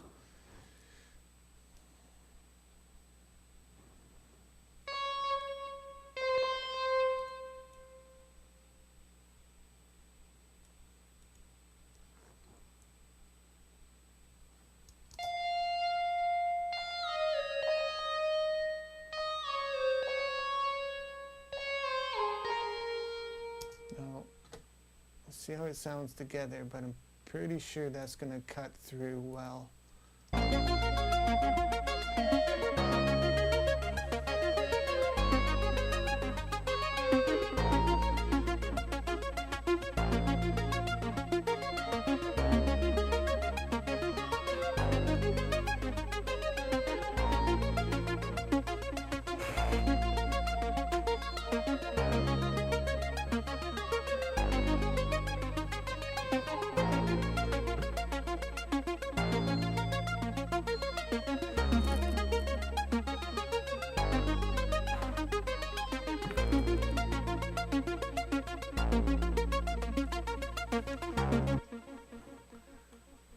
So I'm just playing with the pedal under the desk.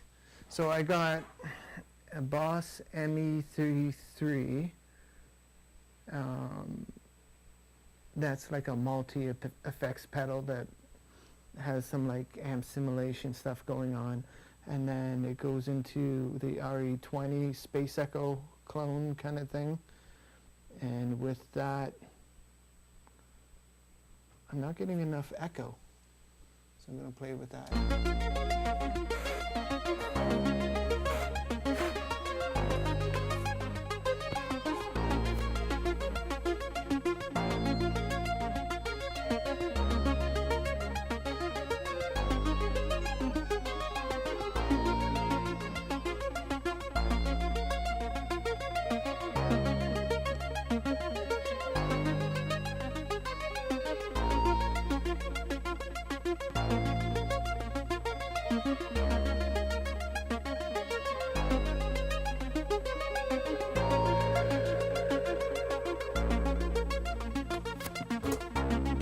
Ouch. Banged my head. Need a loop.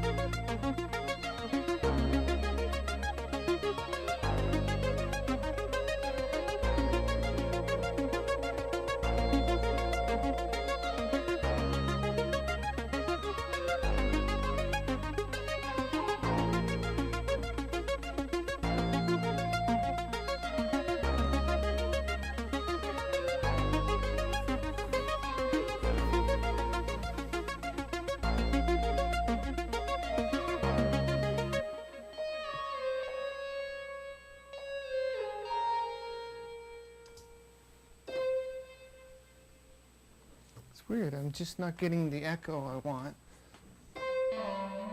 Well,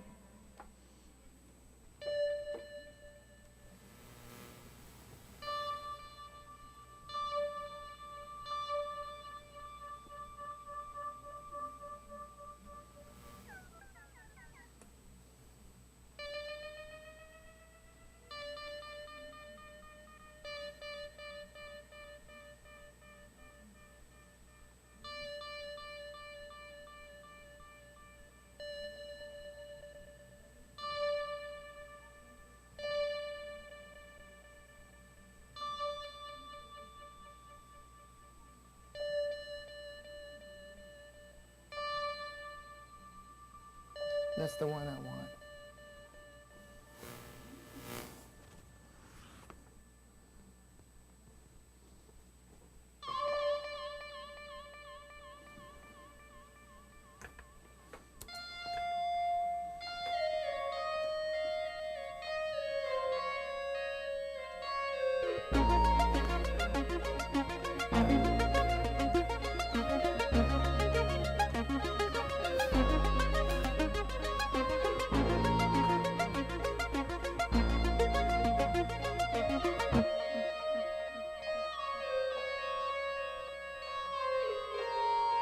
That's what I want. There's different modes, and I had a mode that didn't have much echo in it. Okay.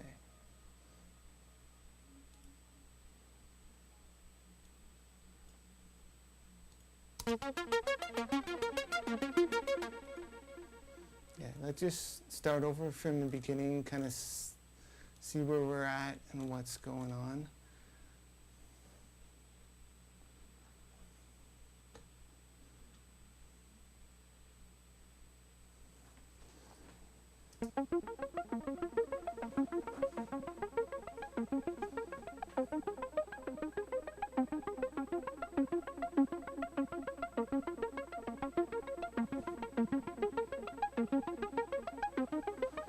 Oh, this guy shut off again, so I wasn't getting chords.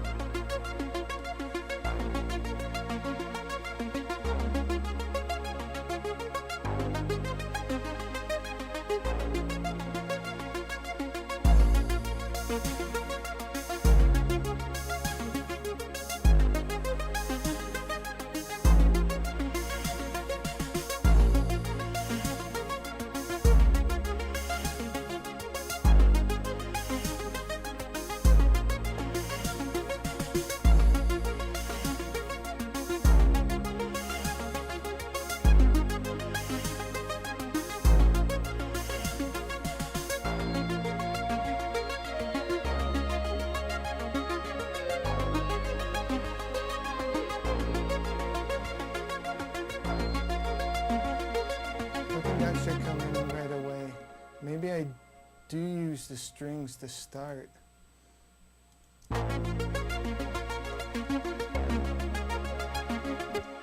Maybe I take out the pads. See how jarring that is.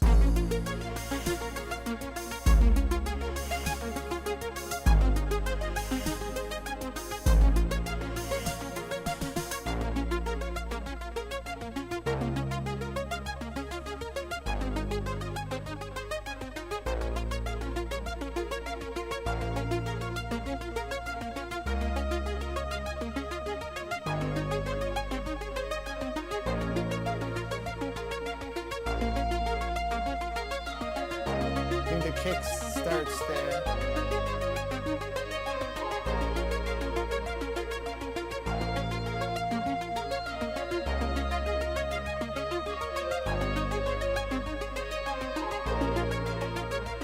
Comes back in. Okay, I think I got it now. That's gonna just play for there. So it's still getting used in its way. This is going to, let's see, where does that come back? 45. That chords are going to come back in there. Hold on, let me do this first. Because this needs to hold that last note one last time. How long, I'm just going to see how long these chords play out.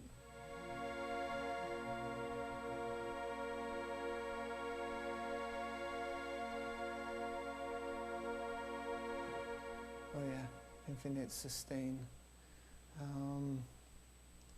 Here's what I'll do. When I want something to, a chord like that to kind of fade out a bit, I will release it in stages instead of all at once.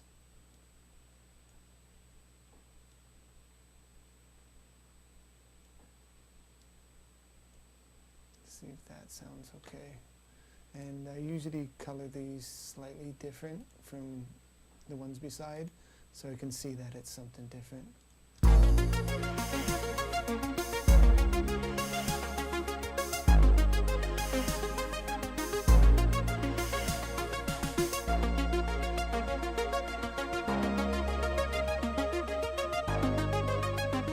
That's good.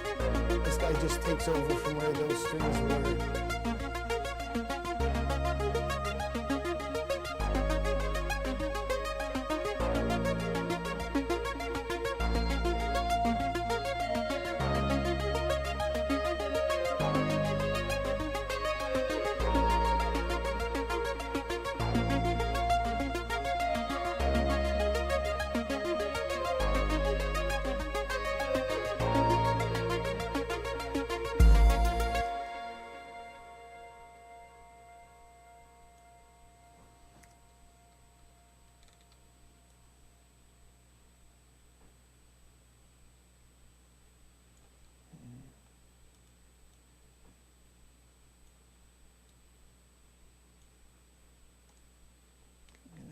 Again, color this different. This is just going to be kicks and then snare at the end, but I need it to be 8 bars long.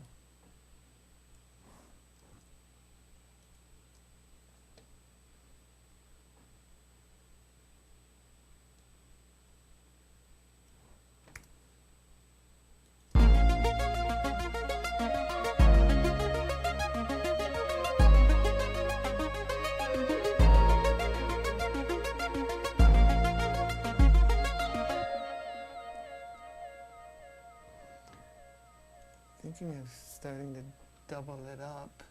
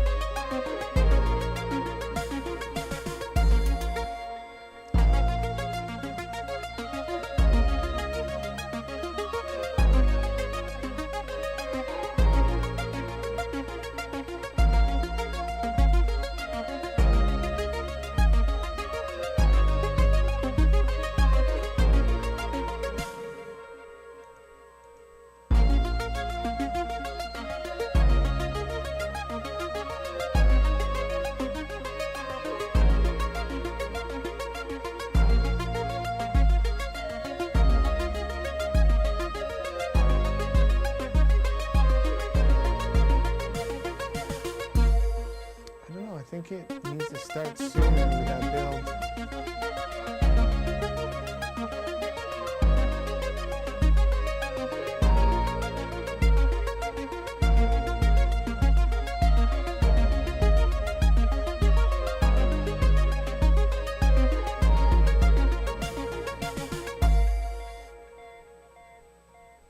I don't know if that's too much for this song. That's getting too into like techno dance.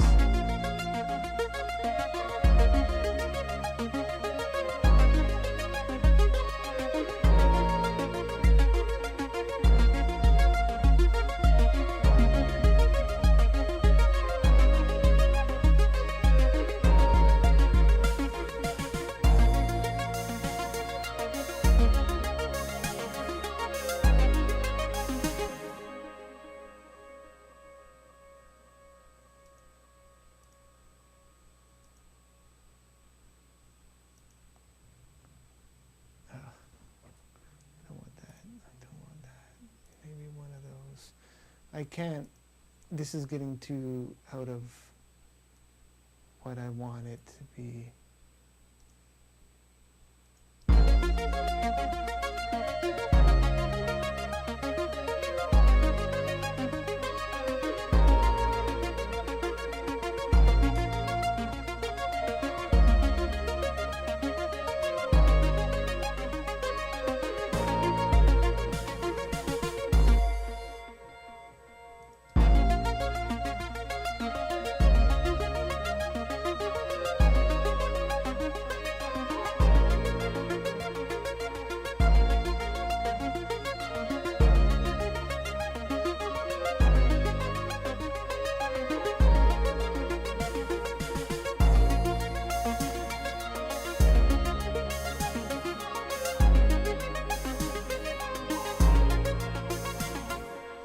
that's okay. It's simple, but it gets the job done.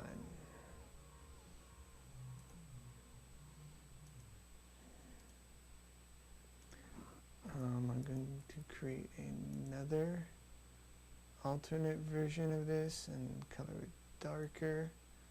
And it's just going to be single hits to end stuff on.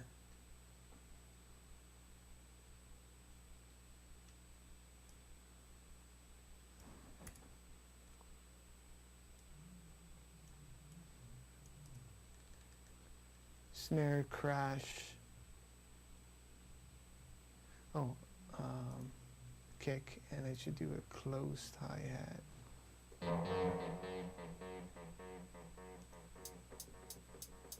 Yep. Okay. So that just gives me a nice hit at the end.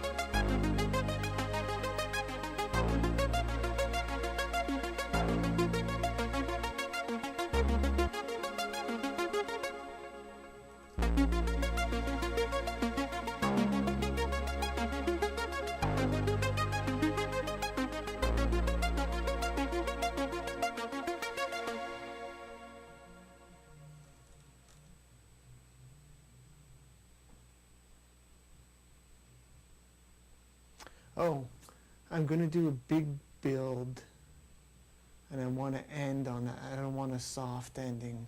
It's going to be that arpeggio is going to build up and end hard right on there. Is that where it's, yeah. Now, the stuff with the bass station right here, I'm going to go in and tweak that. I'll do it tomorrow off air, but it's not going to just repeat over and over. I'm going to do a whole little lead. It's going to repeat the first couple times. When the music comes back in, then it's going to have a little bit of a guitar solo, following that melody, but switching things up and just kind of building towards the end, and something fancy at the end. And then that's when I'm going to be bringing in all the white noise and everything on that arpeggio. And then it's just going to end hard right on there. I might pull the strings over.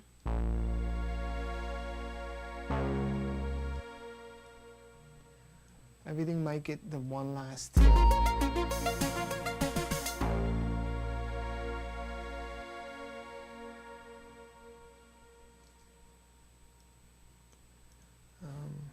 I think this sound can go on a little bit longer, that bass.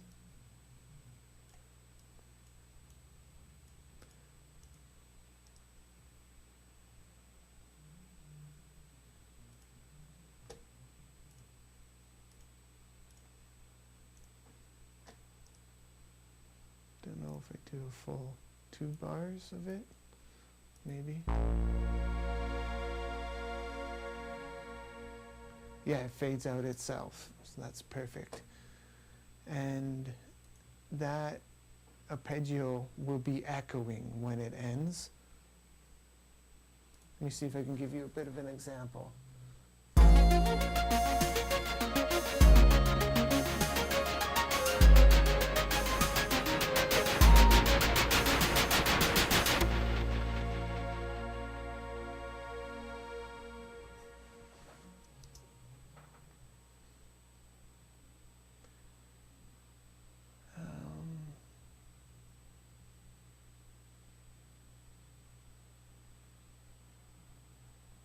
Thought it would go on a little bit longer. Also, the drums need a hard end there. 61.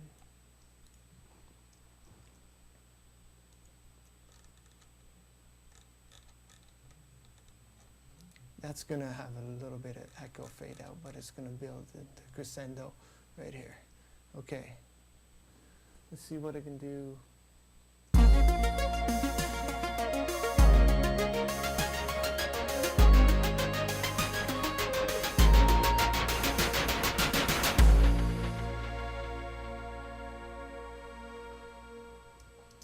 I think what I need to do is have it play one note on the end there so that I can get that echo fade out when everyone else does.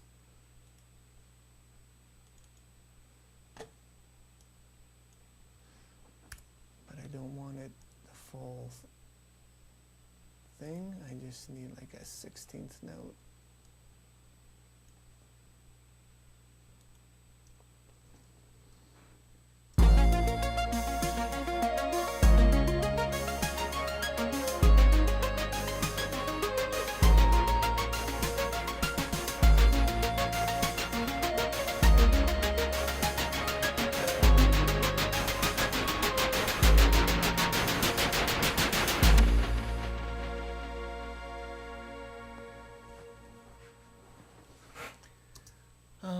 That wasn't bad, that was better, but I think it cut out too soon. I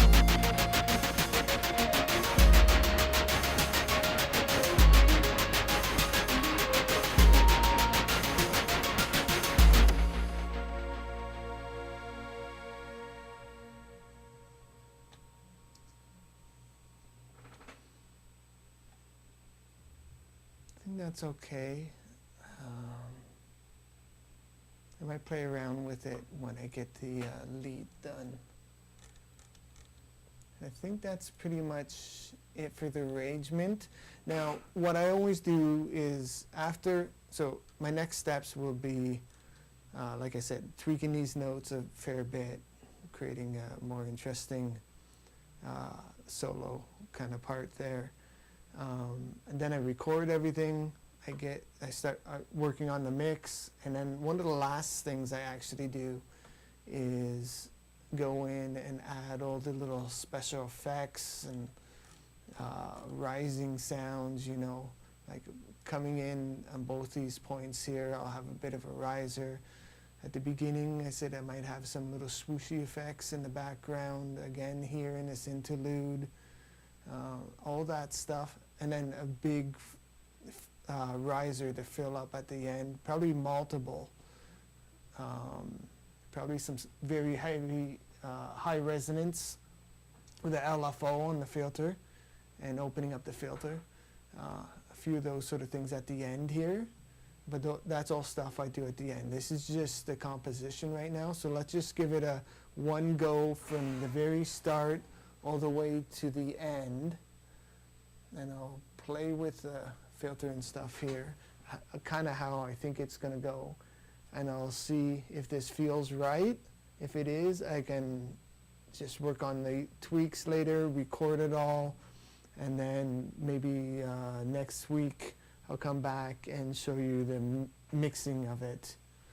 Okay, let's just do this one playthrough, and here I'm just seeing if everything feels right, if the timing's right. I'm not worrying about all the little details until I'm ready to record, and then tweaking a lot in the mix.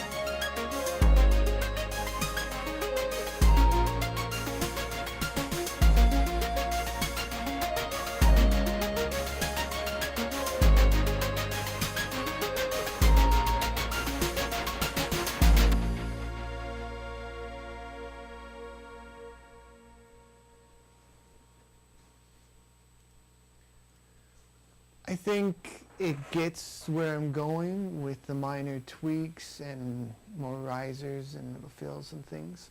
It's going to get there. So thanks for tuning in, those of you who did. And two-stroke turbo, thanks for following me, for asking some questions. This is just my first time testing this out. There were a few issues that I can work on. Get a extra battery for that light that went out. And yeah, if you like it, follow, subscribe. I hope to be doing some more of this. I'm gonna hopefully do next week. Let's try to make it a tradition, maybe every Wednesday night studio night. Hopefully by then I have everything ready and recorded, and then I can show you how I go about mixing all this stuff. So thanks for tuning in. Remember to like, subscribe, follow on Twitch and YouTube. Thanks.